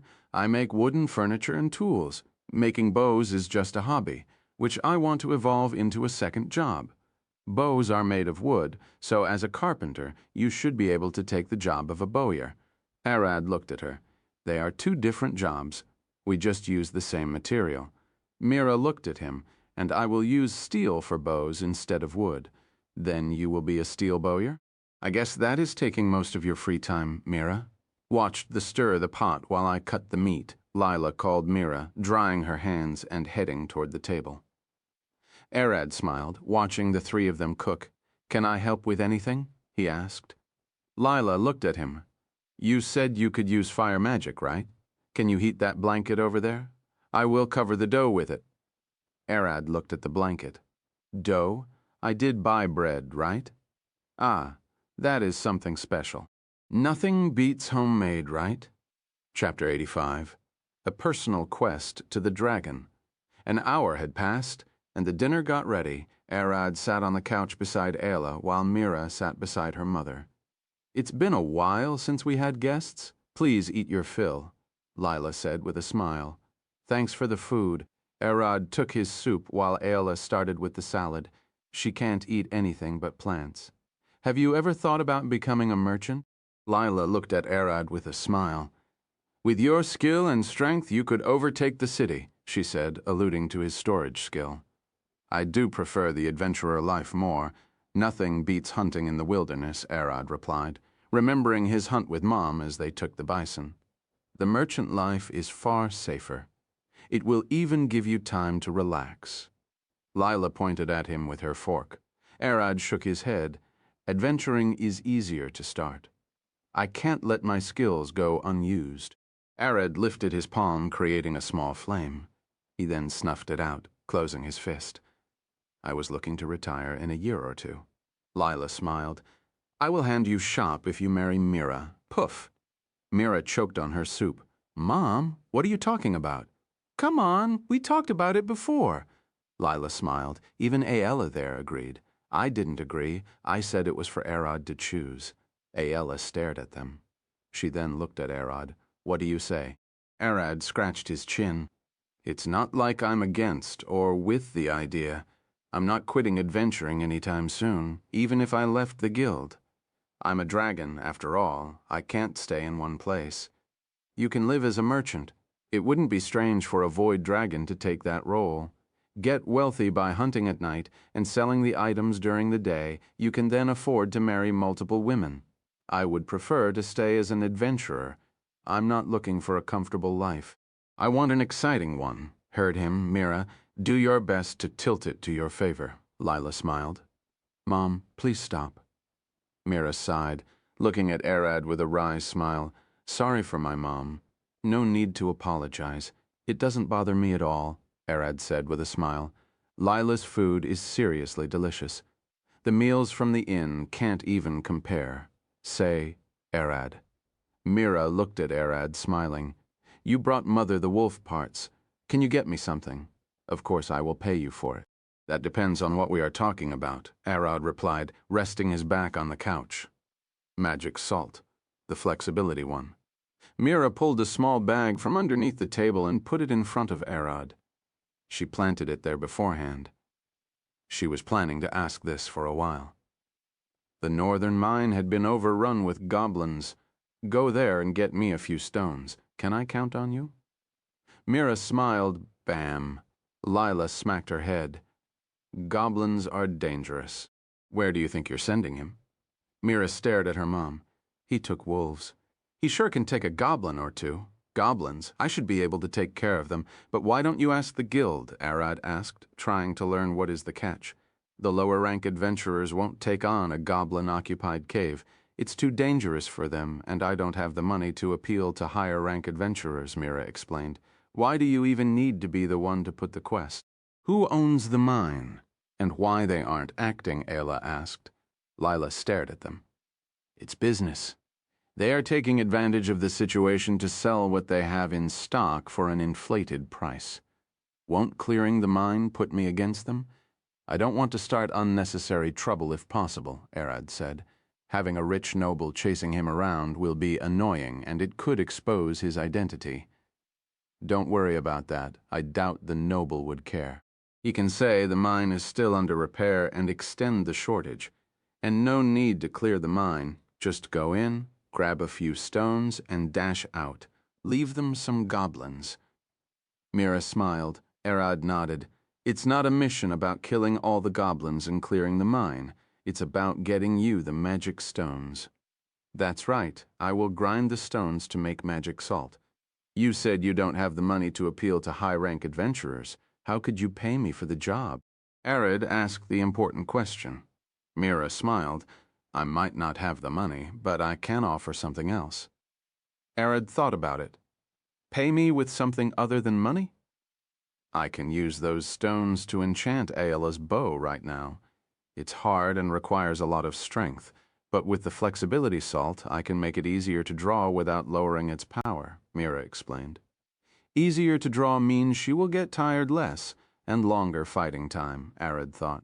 Ella smiled. I might even be able to fire faster or aim better since it will be easier to hold the shot. She started getting excited. I might even be able to use stronger bows. She started thinking of using a higher poundage bow with the salt. Mira giggled. I can't work with any material stronger than steel with my current skills, but I can enchant your bow and make a weaker variant that Arad might be able to use. She extended her hand to Arad. It's a work for work. Bring me the stone, and I will upgrade your bows. Deal? How much do you need? A bucket should be enough, but I won't complain if you got more. Mira smiled. Lila smiled. I would pay you for the extra stones you bring her, but the regular price.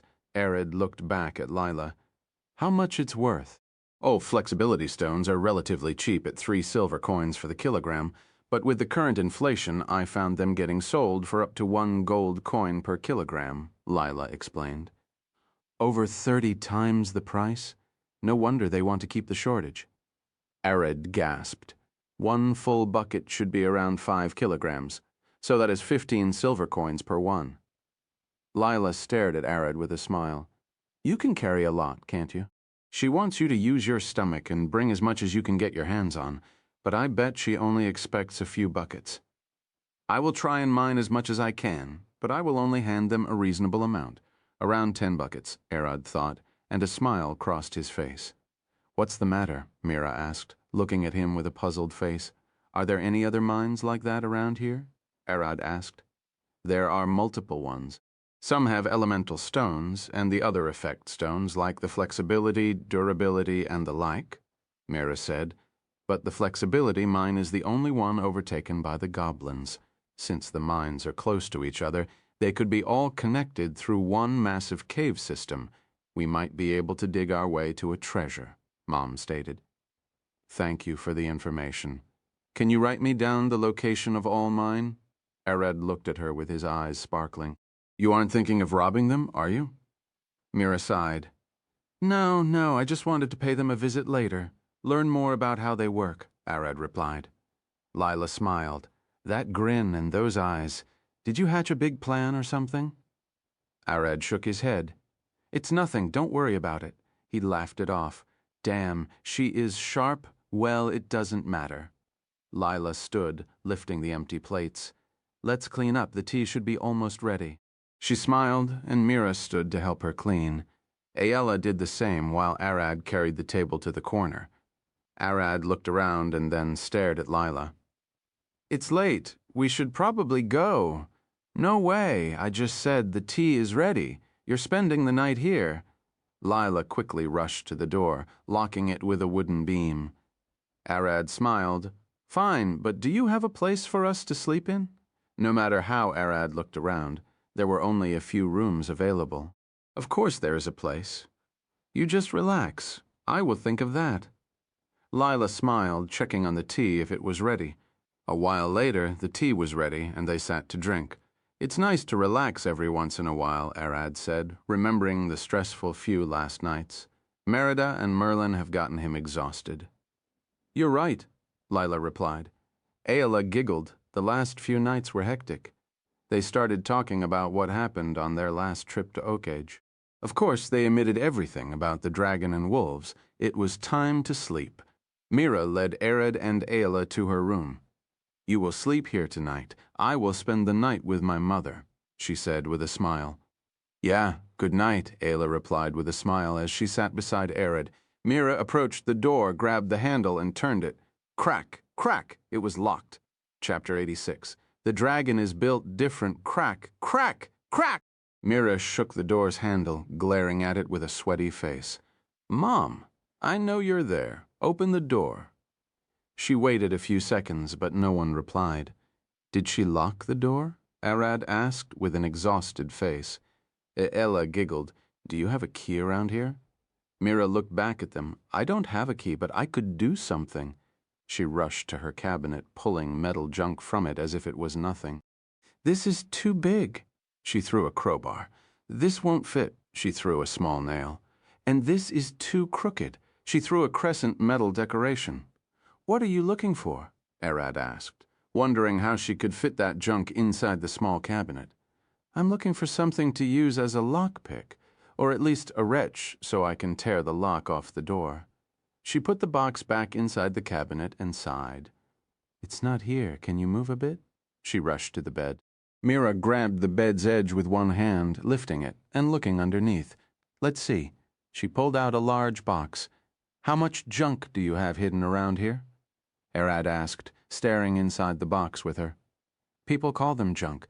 I call them treasures, Mira smiled, pulling a weirdly shaped wrench. What is that? Ayla asked, weirded out by the strange-looking object. A special wrench I made. It should help me tear that stupid lock off. Mira stood and approached the door, tightening the wrench to the handle. Okay, I need something to stick inside. Hold the chamber down, she mumbled. Will this work? Arad lifted a tiny rusted metal rod from the box and showed it to Mira. Yeah, that's perfect. Give it to me and come here. I will need your help. Mira waved her hand to him with a smile. Come. Arad stood giving her the rod and asking, What do I need to do? I will hold the rod inside the lock. I want you to turn the wrench clockwise. Mira smiled, jamming the rod inside the keyhole and wiggling it deeper. I bet the rod is stuck. Can't you turn the trench yourself? Arad asked, looking at her holding the rod with 2 fingers. Mira stared at him. I can, but it's exhausting. The last time I tried it, I had to strain myself enough that I fell after the lock opened. Arad grabbed the wrench. Fine. You're the bone cracker. A mere lock can't be a problem for you. Mira patted his back. Give it you all. Arad smiled, turning the wrench in the wrong direction. Crack. He almost broke it. I said, clockwise, idiot. Mira cried, hearing the painful crack. Arad quickly turned in the opposite direction, and the lock took the strain. What is a clock even? I thought she meant a click. The direction in the handle clicked when turned. A clock is a device used to discern time. The guild had one in the main hall. Ah, that weird thing. Wasn't it a decoration? I can't deny they might have used it for decoration as well. Arad started putting a lot of force. This thing is stuck. You tightened it earlier, but don't worry. Use enough force, and you can sever the main pin. Mira said with a smile, glaring at the lock. What is a main pin? A part of the lock's structure. It's hard to explain, so just pull harder. Mira patted his thigh. Use your legs. Crack. Suddenly the handle cracked and fell to the ground. Arad smiled. It worked. Mira grabbed her head, shaking her head. Ah, it broke. Ayla stared at her. That's what you wanted, right? Mira stared back at her, almost crying, No. What I wanted to break was the pin inside, and now the handle broke. We have no way of applying enough force on the lock. Arad put the wrench down. Well, your plan failed. Mira glared at him. Whose fault do you think it is? You damaged it at the start. She stared at the ground, shuffling her hair. That was it. That crack I heard when you twisted, I should have guessed. Arad looked back at Ayla and then at the door. There was a short metal rod in the handle place. I might be able to turn it, Arad said, pushing Mira to the side and grabbing the metal rod. No, you can't. Mira sighed. The rod is too small to give you a good grip, and even if you could, the strength needed to turn it would be immense. She scratched her head. You will only end up breaking a nail if your hand slipped. Arad, gripped the small rod, standing straight with his back bent backward just a tiny bit, 1 foot forward and one at the back. The veins on his forearm bulged as Mira heard his toes push on the wooden floor. The door started shaking, and Mira heard Arad's spine crack. He was fighting against his body's instinct. Your body wants to transform. If you keep applying more force, you will soon morph. Mom warned him, I can hold it back. It isn't good. The humanoid skeletal and musculature structure can't support a dragon's might. You don't have the muscles to do it or the bones to lean on. Arad applied more force. The small rod started to twist the steel. Mira gasped, seeing the steel bend between Arad's fingers. She stood and noticed something strange. 3 small bulges appeared on Arad's back, 1 at his lower back and 2 at his shoulder blades. Mira couldn't tell what they were as the clothes covered them, and the sudden cracking noise of the door took her attention quickly. Bang! The lock shattered. Thud!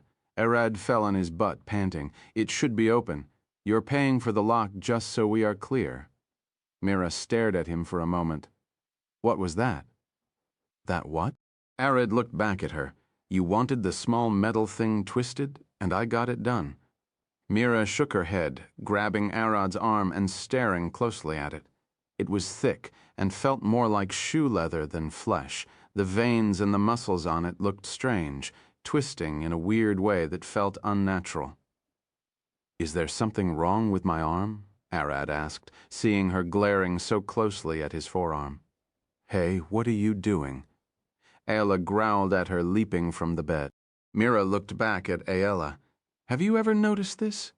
His arms are strange but powerful, she said with an excited face, pointing at the twisted lock. He twisted steel. He fucking bent it. Mira glared at Arad's finger marks on the small metal rod. Aren't you getting a bit too excited? I bet most high-rank adventurers can do it. Ayla tried to push her away from Arad, but she couldn't. No. Mira shook her head. They use leverage most of the time with weapons or stances. I might not be an expert, but I know he knows nothing about using his strength. That was just raw power. Arad stood. Please stop. I'm just a bit stronger than normal. Mira quickly jumped back at him. Excuse me for a moment. Can I see your arm again? Even though she asked for permission. That was after she had started rolling up Arad's sleeve. Fine. Mira's eyes opened wide, calling Ayla to have a closer look. Look, what the heck is this? She pointed at his upper arm. There should be 4 muscles here. You have the triceps, deltoid, biceps, and brachialis. She started counting. His biceps alone looks like 4 muscles. The triceps are 6 muscles, and his deltoid is over 10 muscles. Ah, probably to be able to support my weight and move my wings simultaneously. I might look human from the outside, but inside I'm still a dragon. You said you were a draconic bloodline sorcerer? I bet your blood is far heavier than other people's. You might even sprout wings at some point, Mira said, smiling. It's not a rare case between draconic bloodline holders. Some can grow wings or a tail, but those limbs are usually weak, you can say. It shows you're above average. Mira looked down. I see now. No wonder Mom got so interested in you. I didn't realize it at first glance. But you're built differently, she smiled, staring at his legs. Ahem. Arad grabbed her head. You were trying to open the door for a reason, right? Mira snapped back into reality. Ah, sorry. I got too excited. She shook her head. I was going to see Mom for why she locked me here. She turned around and rushed out. Nonamler, or well, it serves me better if more people saw me as a bit special. They won't be as surprised if I brought something crazy. That's right. Arad turned toward Ayla.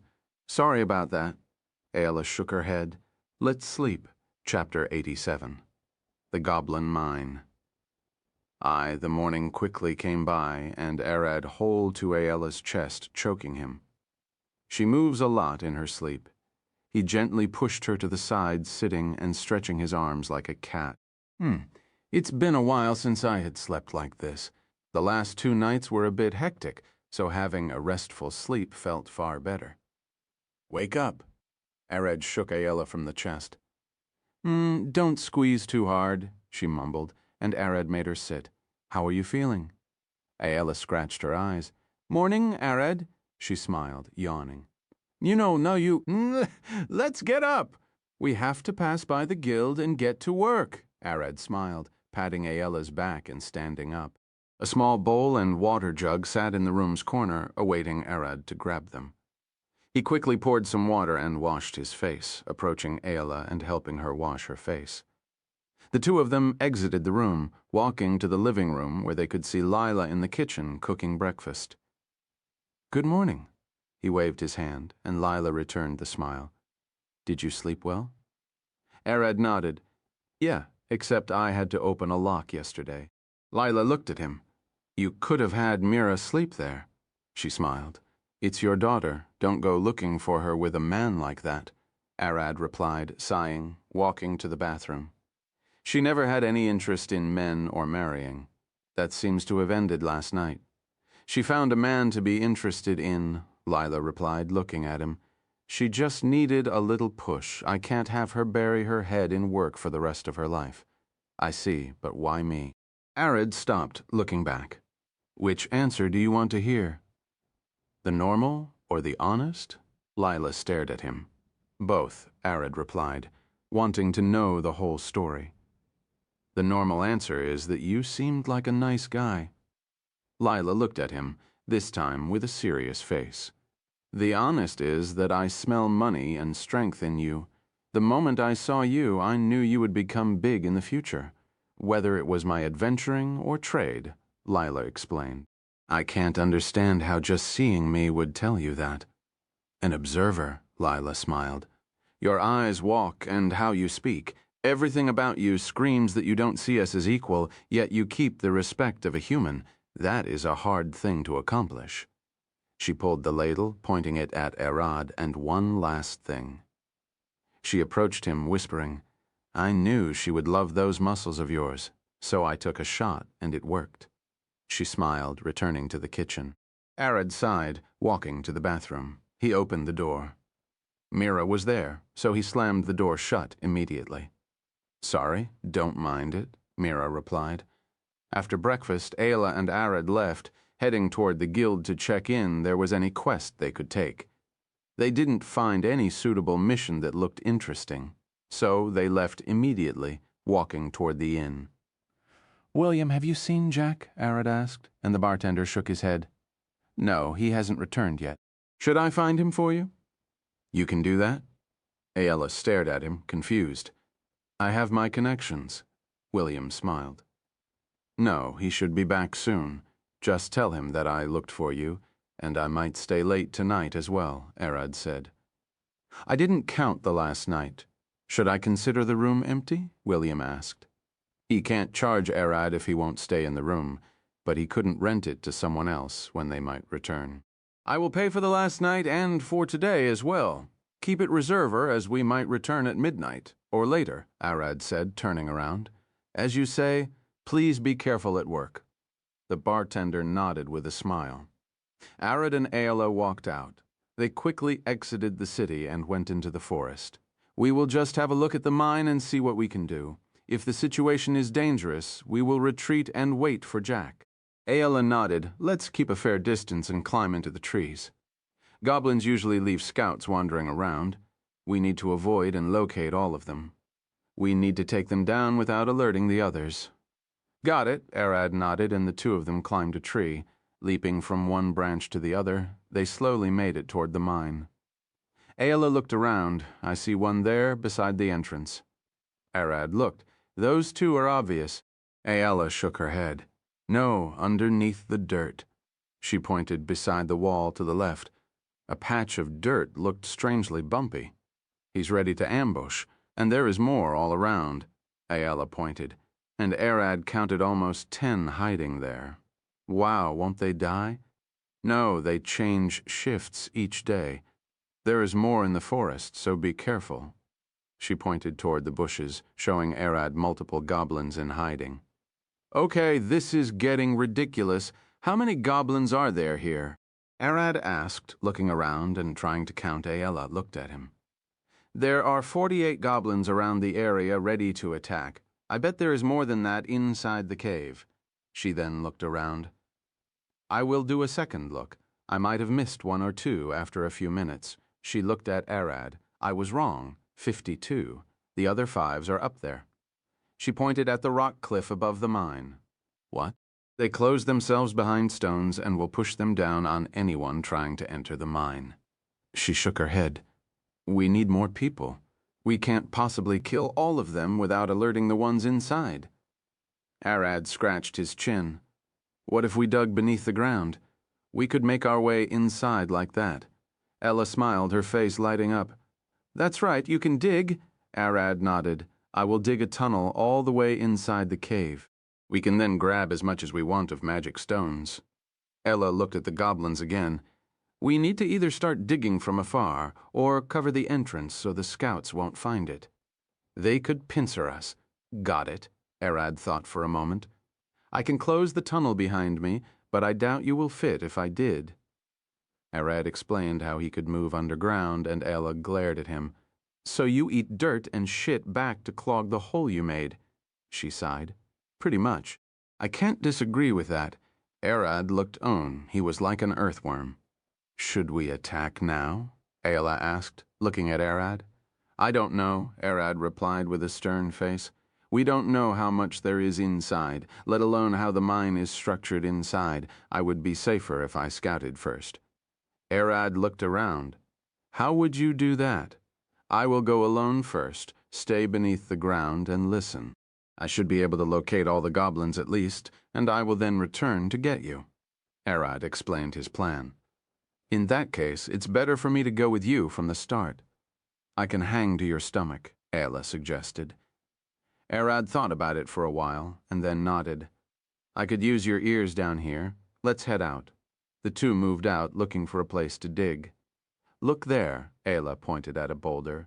We should be able to dig behind it. The boulder was the size of a small house, covered in green moss and thick overgrowth of plants and vegetation.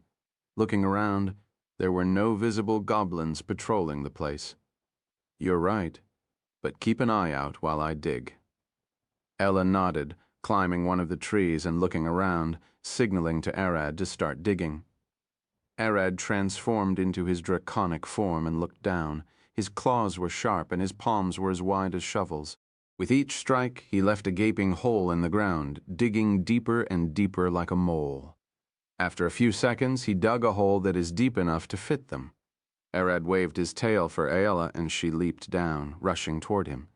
The hole is done this quick? Arad nodded his head. After one last look around, she lay on the ground, and Arad walked above her. With her arms and legs, she grabbed onto his torso. He looked at her, and she smiled. I'm fine.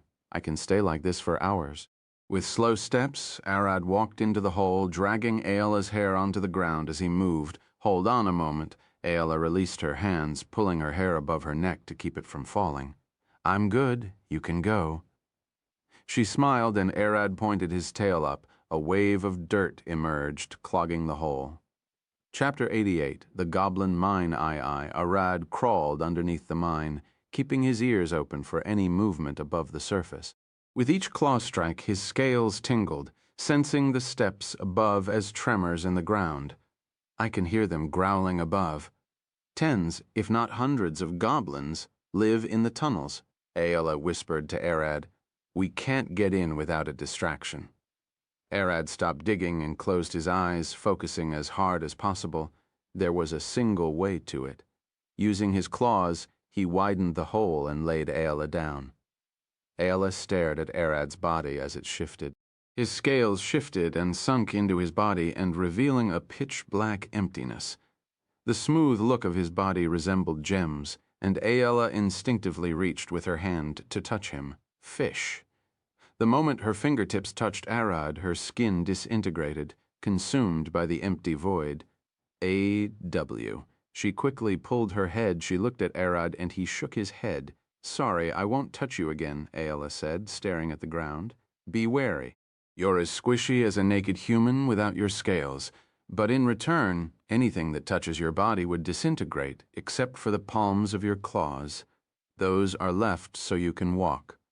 The void is emptiness.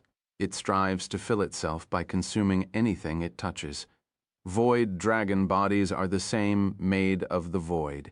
Even light cannot escape their darkness, giving their bodies the pure black color they have. The older they get and the more matter their bodies absorb, a tiny flicker of light will appear inside, giving them the look of the night sky. Those lights are akin to stars, a flash of a new beginning. Arad turned around, dug a tunnel, and proceeded alone. He left a path for Ayala to follow him if she wanted, but he wouldn't like it if she did. He could blend with the darkness, and she couldn't crack. Arad slowly dug a tiny hole, peeking through it. He was right behind a goblin. He looked around, seeing the room to be mostly empty. No stones. I should move away. Arad's plan was simple: find a room with what he wants and kill everyone silently. He then would take all of what he needed, and lastly, get the hell out. A simple plan. True, but to enact it without alerting the whole mine was the problem. Arad kept digging, looking for a room full of magic stones, and he did find one. A large room full of green, stinky goblins, dining on the corpses of animals they hunted around the mine. They are like crows. If it shines, they keep it, Mom explained. The goblins got fascinated by the magic stone's mystical glow, so they hoarded it in one room. Killing all of them at once is impossible, Mom. Do you have a plan? Arad asked. Go to one of the rooms on the opposite side of the mine and injure one of the goblins to distract them. So when they scream for help and draw everyone, I can come here and clear the stones. What about the hole I will leave? They would know that something dug a hole and they refilled it. Goblins aren't that smart. I doubt they will guess it, and even if they did, they only know how to dig with their hands. So I should mix some stones to make it harder for them. Arad dug to the other side of the mine and found a nice room with one goblin taking care of his business. Whoa. Arad silently emerged from behind the goblin, grabbing him by the head and slashing his eyes and legs. Gragla, the goblin growled, and his screech filled the whole mine. Thud, thud, thud, thud, thud. Arad heard the goblins rush in immediately, so he leaped back into the hole and closed it, leaving the goblin writhing in pain. When Arad reached the other side, he found the room almost empty. Some goblins stayed eating, ignoring the screams. You friend is calling go. Arad growled inside his head. Why won't those idiots leave? Using the cover of the darkness, Arad emerged, walking on the tip of his paws like a cat. Crack! With a single bite, he crushed a goblin's head and absorbed him into his stomach. The other goblins, who heard the strange sound, looked in Arad's direction, but they saw nothing. Even with their night vision, they only noticed a small spot, slightly darker than the rest. A second goblin approached the darkness. Crack! He disappeared without a trace, and the other goblins got even more confused. The dark spot moved a bit and then disappeared. Crack! Crack! It appeared on the other side of the room, and two goblins were missing. The little green monsters started to shake, glaring at each other and growling. Terror slowly seeped into their bones. Crack!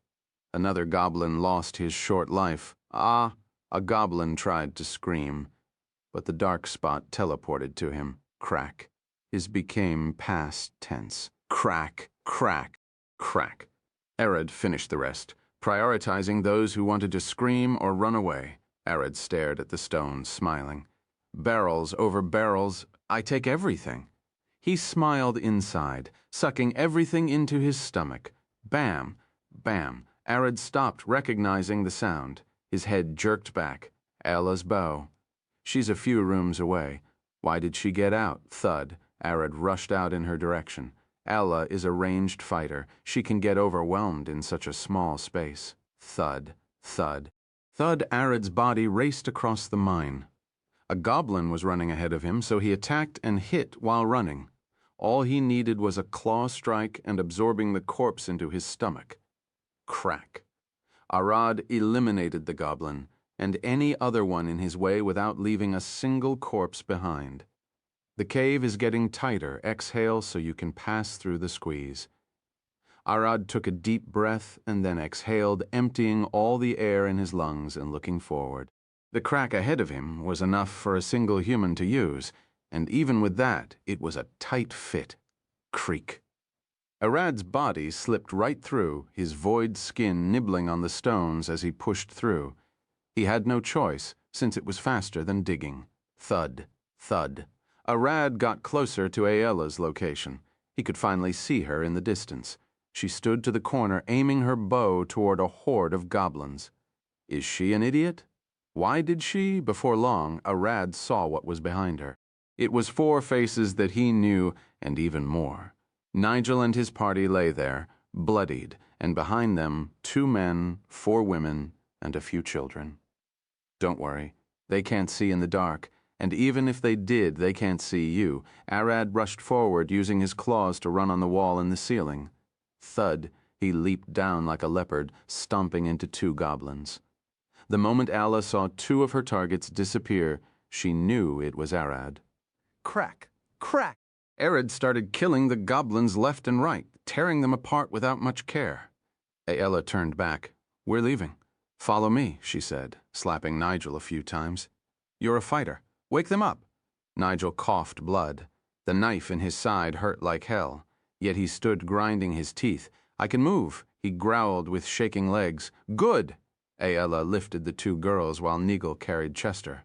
The other prisoners ran after them. Arad looked at them run away. Good, you better be out.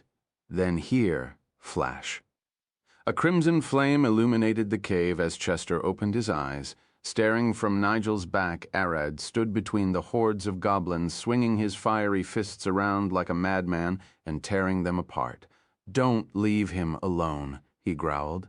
Flap! Arad opened his arms. See you on the other side! Kaboom! The entire room exploded as everyone left. Why the show, Mom asked. They wouldn't let me rest if they thought Ayela was alone. Since I already missed my moment to appear, I better be the last one standing there.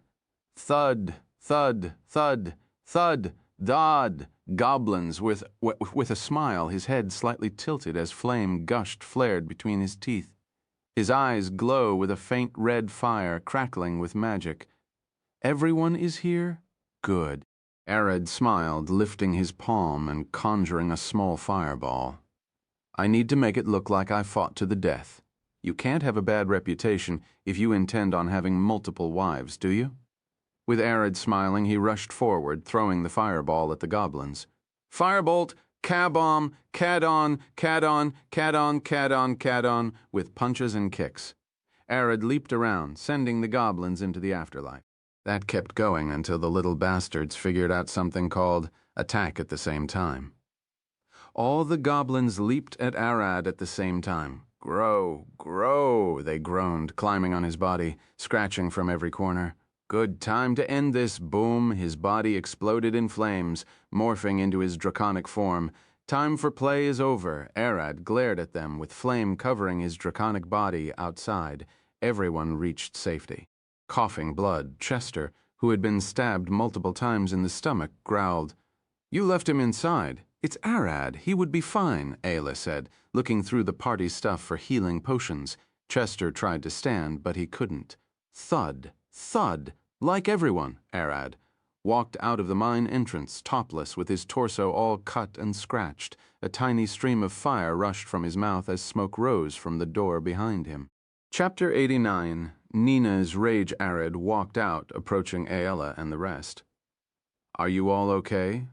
Nina, or Molancolum, no, Nigel giggled. You are something. Cough. He started coughing blood.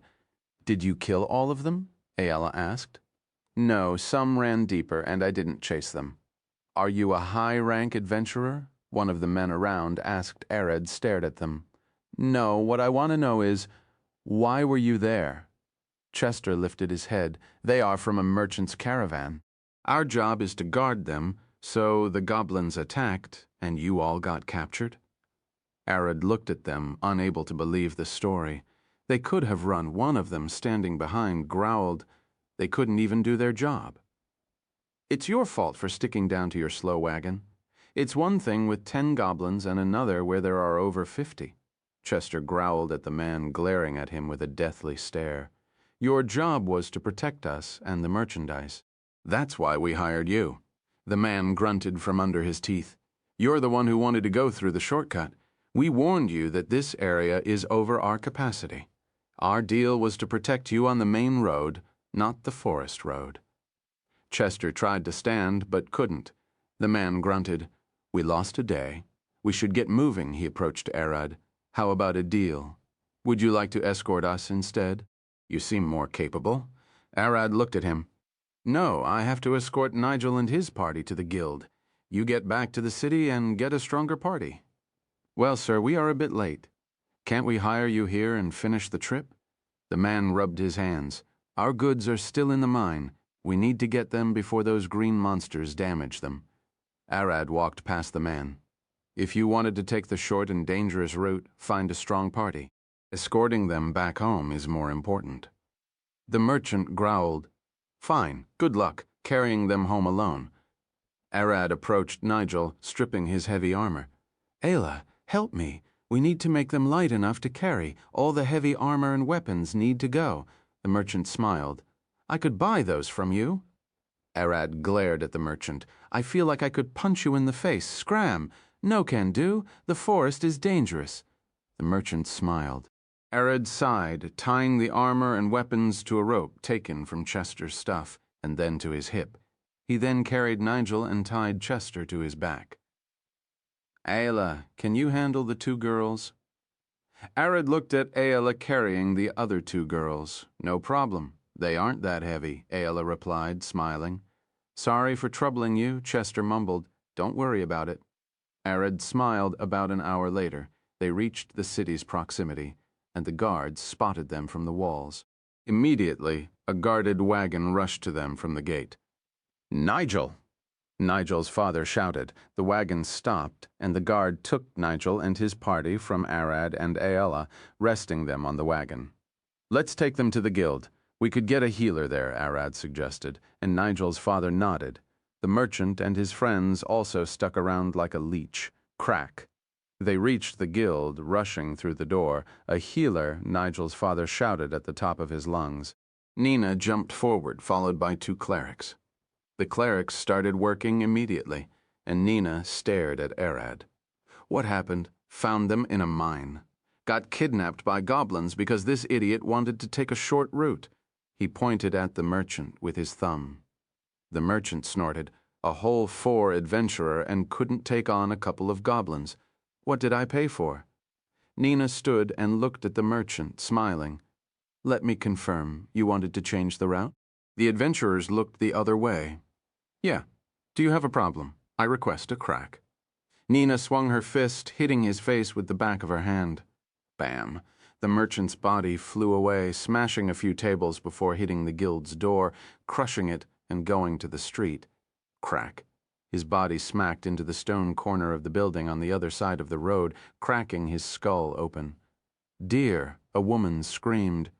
You, she glared at Nina, clench. Nina grabbed the woman by the face, lifting her with one hand. Did you agree with him to take the short route?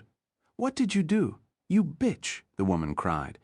Changing route to a known dangerous path while knowing the limitation of the party you hired is against the rule, and I take it intended to kill adventurers.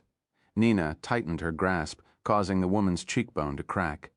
Did you attempt to kill Nigel and his party? You bitch, the woman cried. I take that as a yes. Nina didn't have the patience or brain power to think the situation through. In her mind, attempted murder is still murder. Crack! Clenching her fist harder, she crushed the woman's head and threw her body outside the guild with one swing. Arad just stood there watching silently. She's a monster, I know. We should make sure never to anger her. One of the guards looked at Nigel's father. Sir, this is a bit too much. He looked at the 2 killed merchants. Nigel's father looked back and then at Nina. I know, but the case is closed. Those 2 attempted to kill Nigel and his party by taking a short route into a dangerous area. What? The guard gasped. knowing it wasn't probably enough reason for murder. Nigel's father glared at him. Want to try arresting her? The last time we tried, we lost 100 men and gave up. Move away. We need to clean the corpses. Nina sighed, looking at them. Arad, care if we talked a bit? She said with her usual smile. Of course, Arad replied with a wry smile, and they headed to the private room. First, thanks for saving them. The guild marked the area as a forbidden land to low-rank adventurers. They would have died without you. She bowed, putting her hands on the table. No need to thank me, Arad said with a pained smile. And that gets me to my point. What were you doing there? Did someone send you there? Crack. Arad heard the table edge that Nina was holding crack. No, no one. I heard Nigel got captured, so I went to help. He looked away. Who told you? I did hear someone in the distance. Arad struggled to find an excuse. Fine. Nina sighed. I won't pray further. You saved them after all. She relaxed on the couch. But that area is dangerous. Monsters roam day and night with great numbers. Sorry, Arad looked down. Ayla looked at Nina. Was it okay to kill those two merchants? Nina looked up. Merchants always try to save cost by sending low-rank adventurers to dangerous quests without telling them the details. The adventurers usually end up dead or disabled for life. The merchant wanted to take the short route from the beginning, but instead of hiring a high-rank party, he took Nigel and his party and wanted to force them to do it. Arad looked at Nina. Pretty much. It plagued the guild a few years ago, and it was a pain to deal with. Nina sighed. That one thing, but I was wondering if the guards will attempt to arrest you. Alice stared at her. Last time they tried was when a noble wanted to marry me. Let's say they learned a lesson. Nina smiled. Attempting to arrest her will cause more casualties, and the city would rather put up with her than lose her power to another town or nation. All S rank get the same treatment. He still can't see it. If another city wanted to attack Alina, they would have to consider facing Nina as she lives here. That could be enough reason for them to give up. Her mere existence is a strategic advantage. Arad stood. Can I leave? Just look at me. Arad opened his arms, showing Nina all the wounds across his torso. Nina glared at him. They aren't bleeding, and your movements aren't hindered. How did you get those wounds? She smiled. You don't have to answer. I'm quite happy that you have the strength to survive such a fight. Arad sighed. Nothing escapes your eyes. Go get yourself healed. I have a special guest for you. Arad nodded and headed out. The clerics healed Ningel and his party. So they started healing Arad immediately after getting healed. Arad went back to see Nina. She put a piece of paper on the table and smiled. The client asked for you personally, and upon reading the quest details, I can confirm you're the only available adventurer who can take the quest. Amber is out and won't return for a while. Arad nodded. Who is the client? Nina smiled. An old friend of mine, the Archmage Merlin, Chapter 90. Getting an upgrade. Arad stared at Nina with an exhausted face. Merlin, really? Why? Nina looked confused. Do you have a problem with her? Her quests are quite popular. Arad remembered he saw a quest about the Archmage wanting people for her experiment. Yeah, I remember those, he replied, sitting and telling Nina about their encounter with Merlin. You're going to take it? Ayla sat beside Arad after he finished telling the story.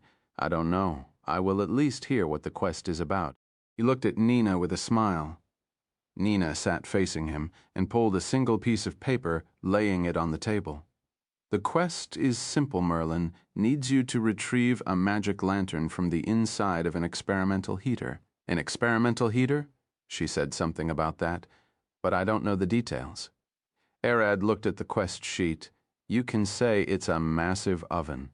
Merlin wants you to use a flame cloak and walk in to retrieve the lantern. You could very well finish the quest in a few minutes. She pointed with her fingers at the reward. A full 10 gold coins. Arad nodded. This looks nice, he smiled. I won't take it since too good to be true. He stood. Are you sure? Nina looked at him. Merlin's track record is clean. All the quests she gave could be finished easily. I still feel like there is a catch, and I won't accept the quest until I hear what that is. Arad looked at Nina one last time before leaving with Ayla. Nina sighed, taking the paper and stomping it as rejected. She then took it to the mailing department. Send this back. When the department manager looked at it, he gasped, "From the Archmage," and it got rejected.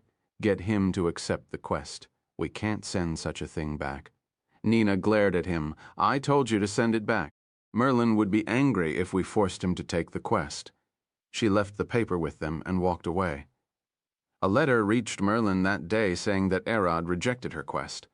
She looked at the paper, smiling. How hard is it to make you come here? With a flick, the lantern flew from inside the heater and back to her hand.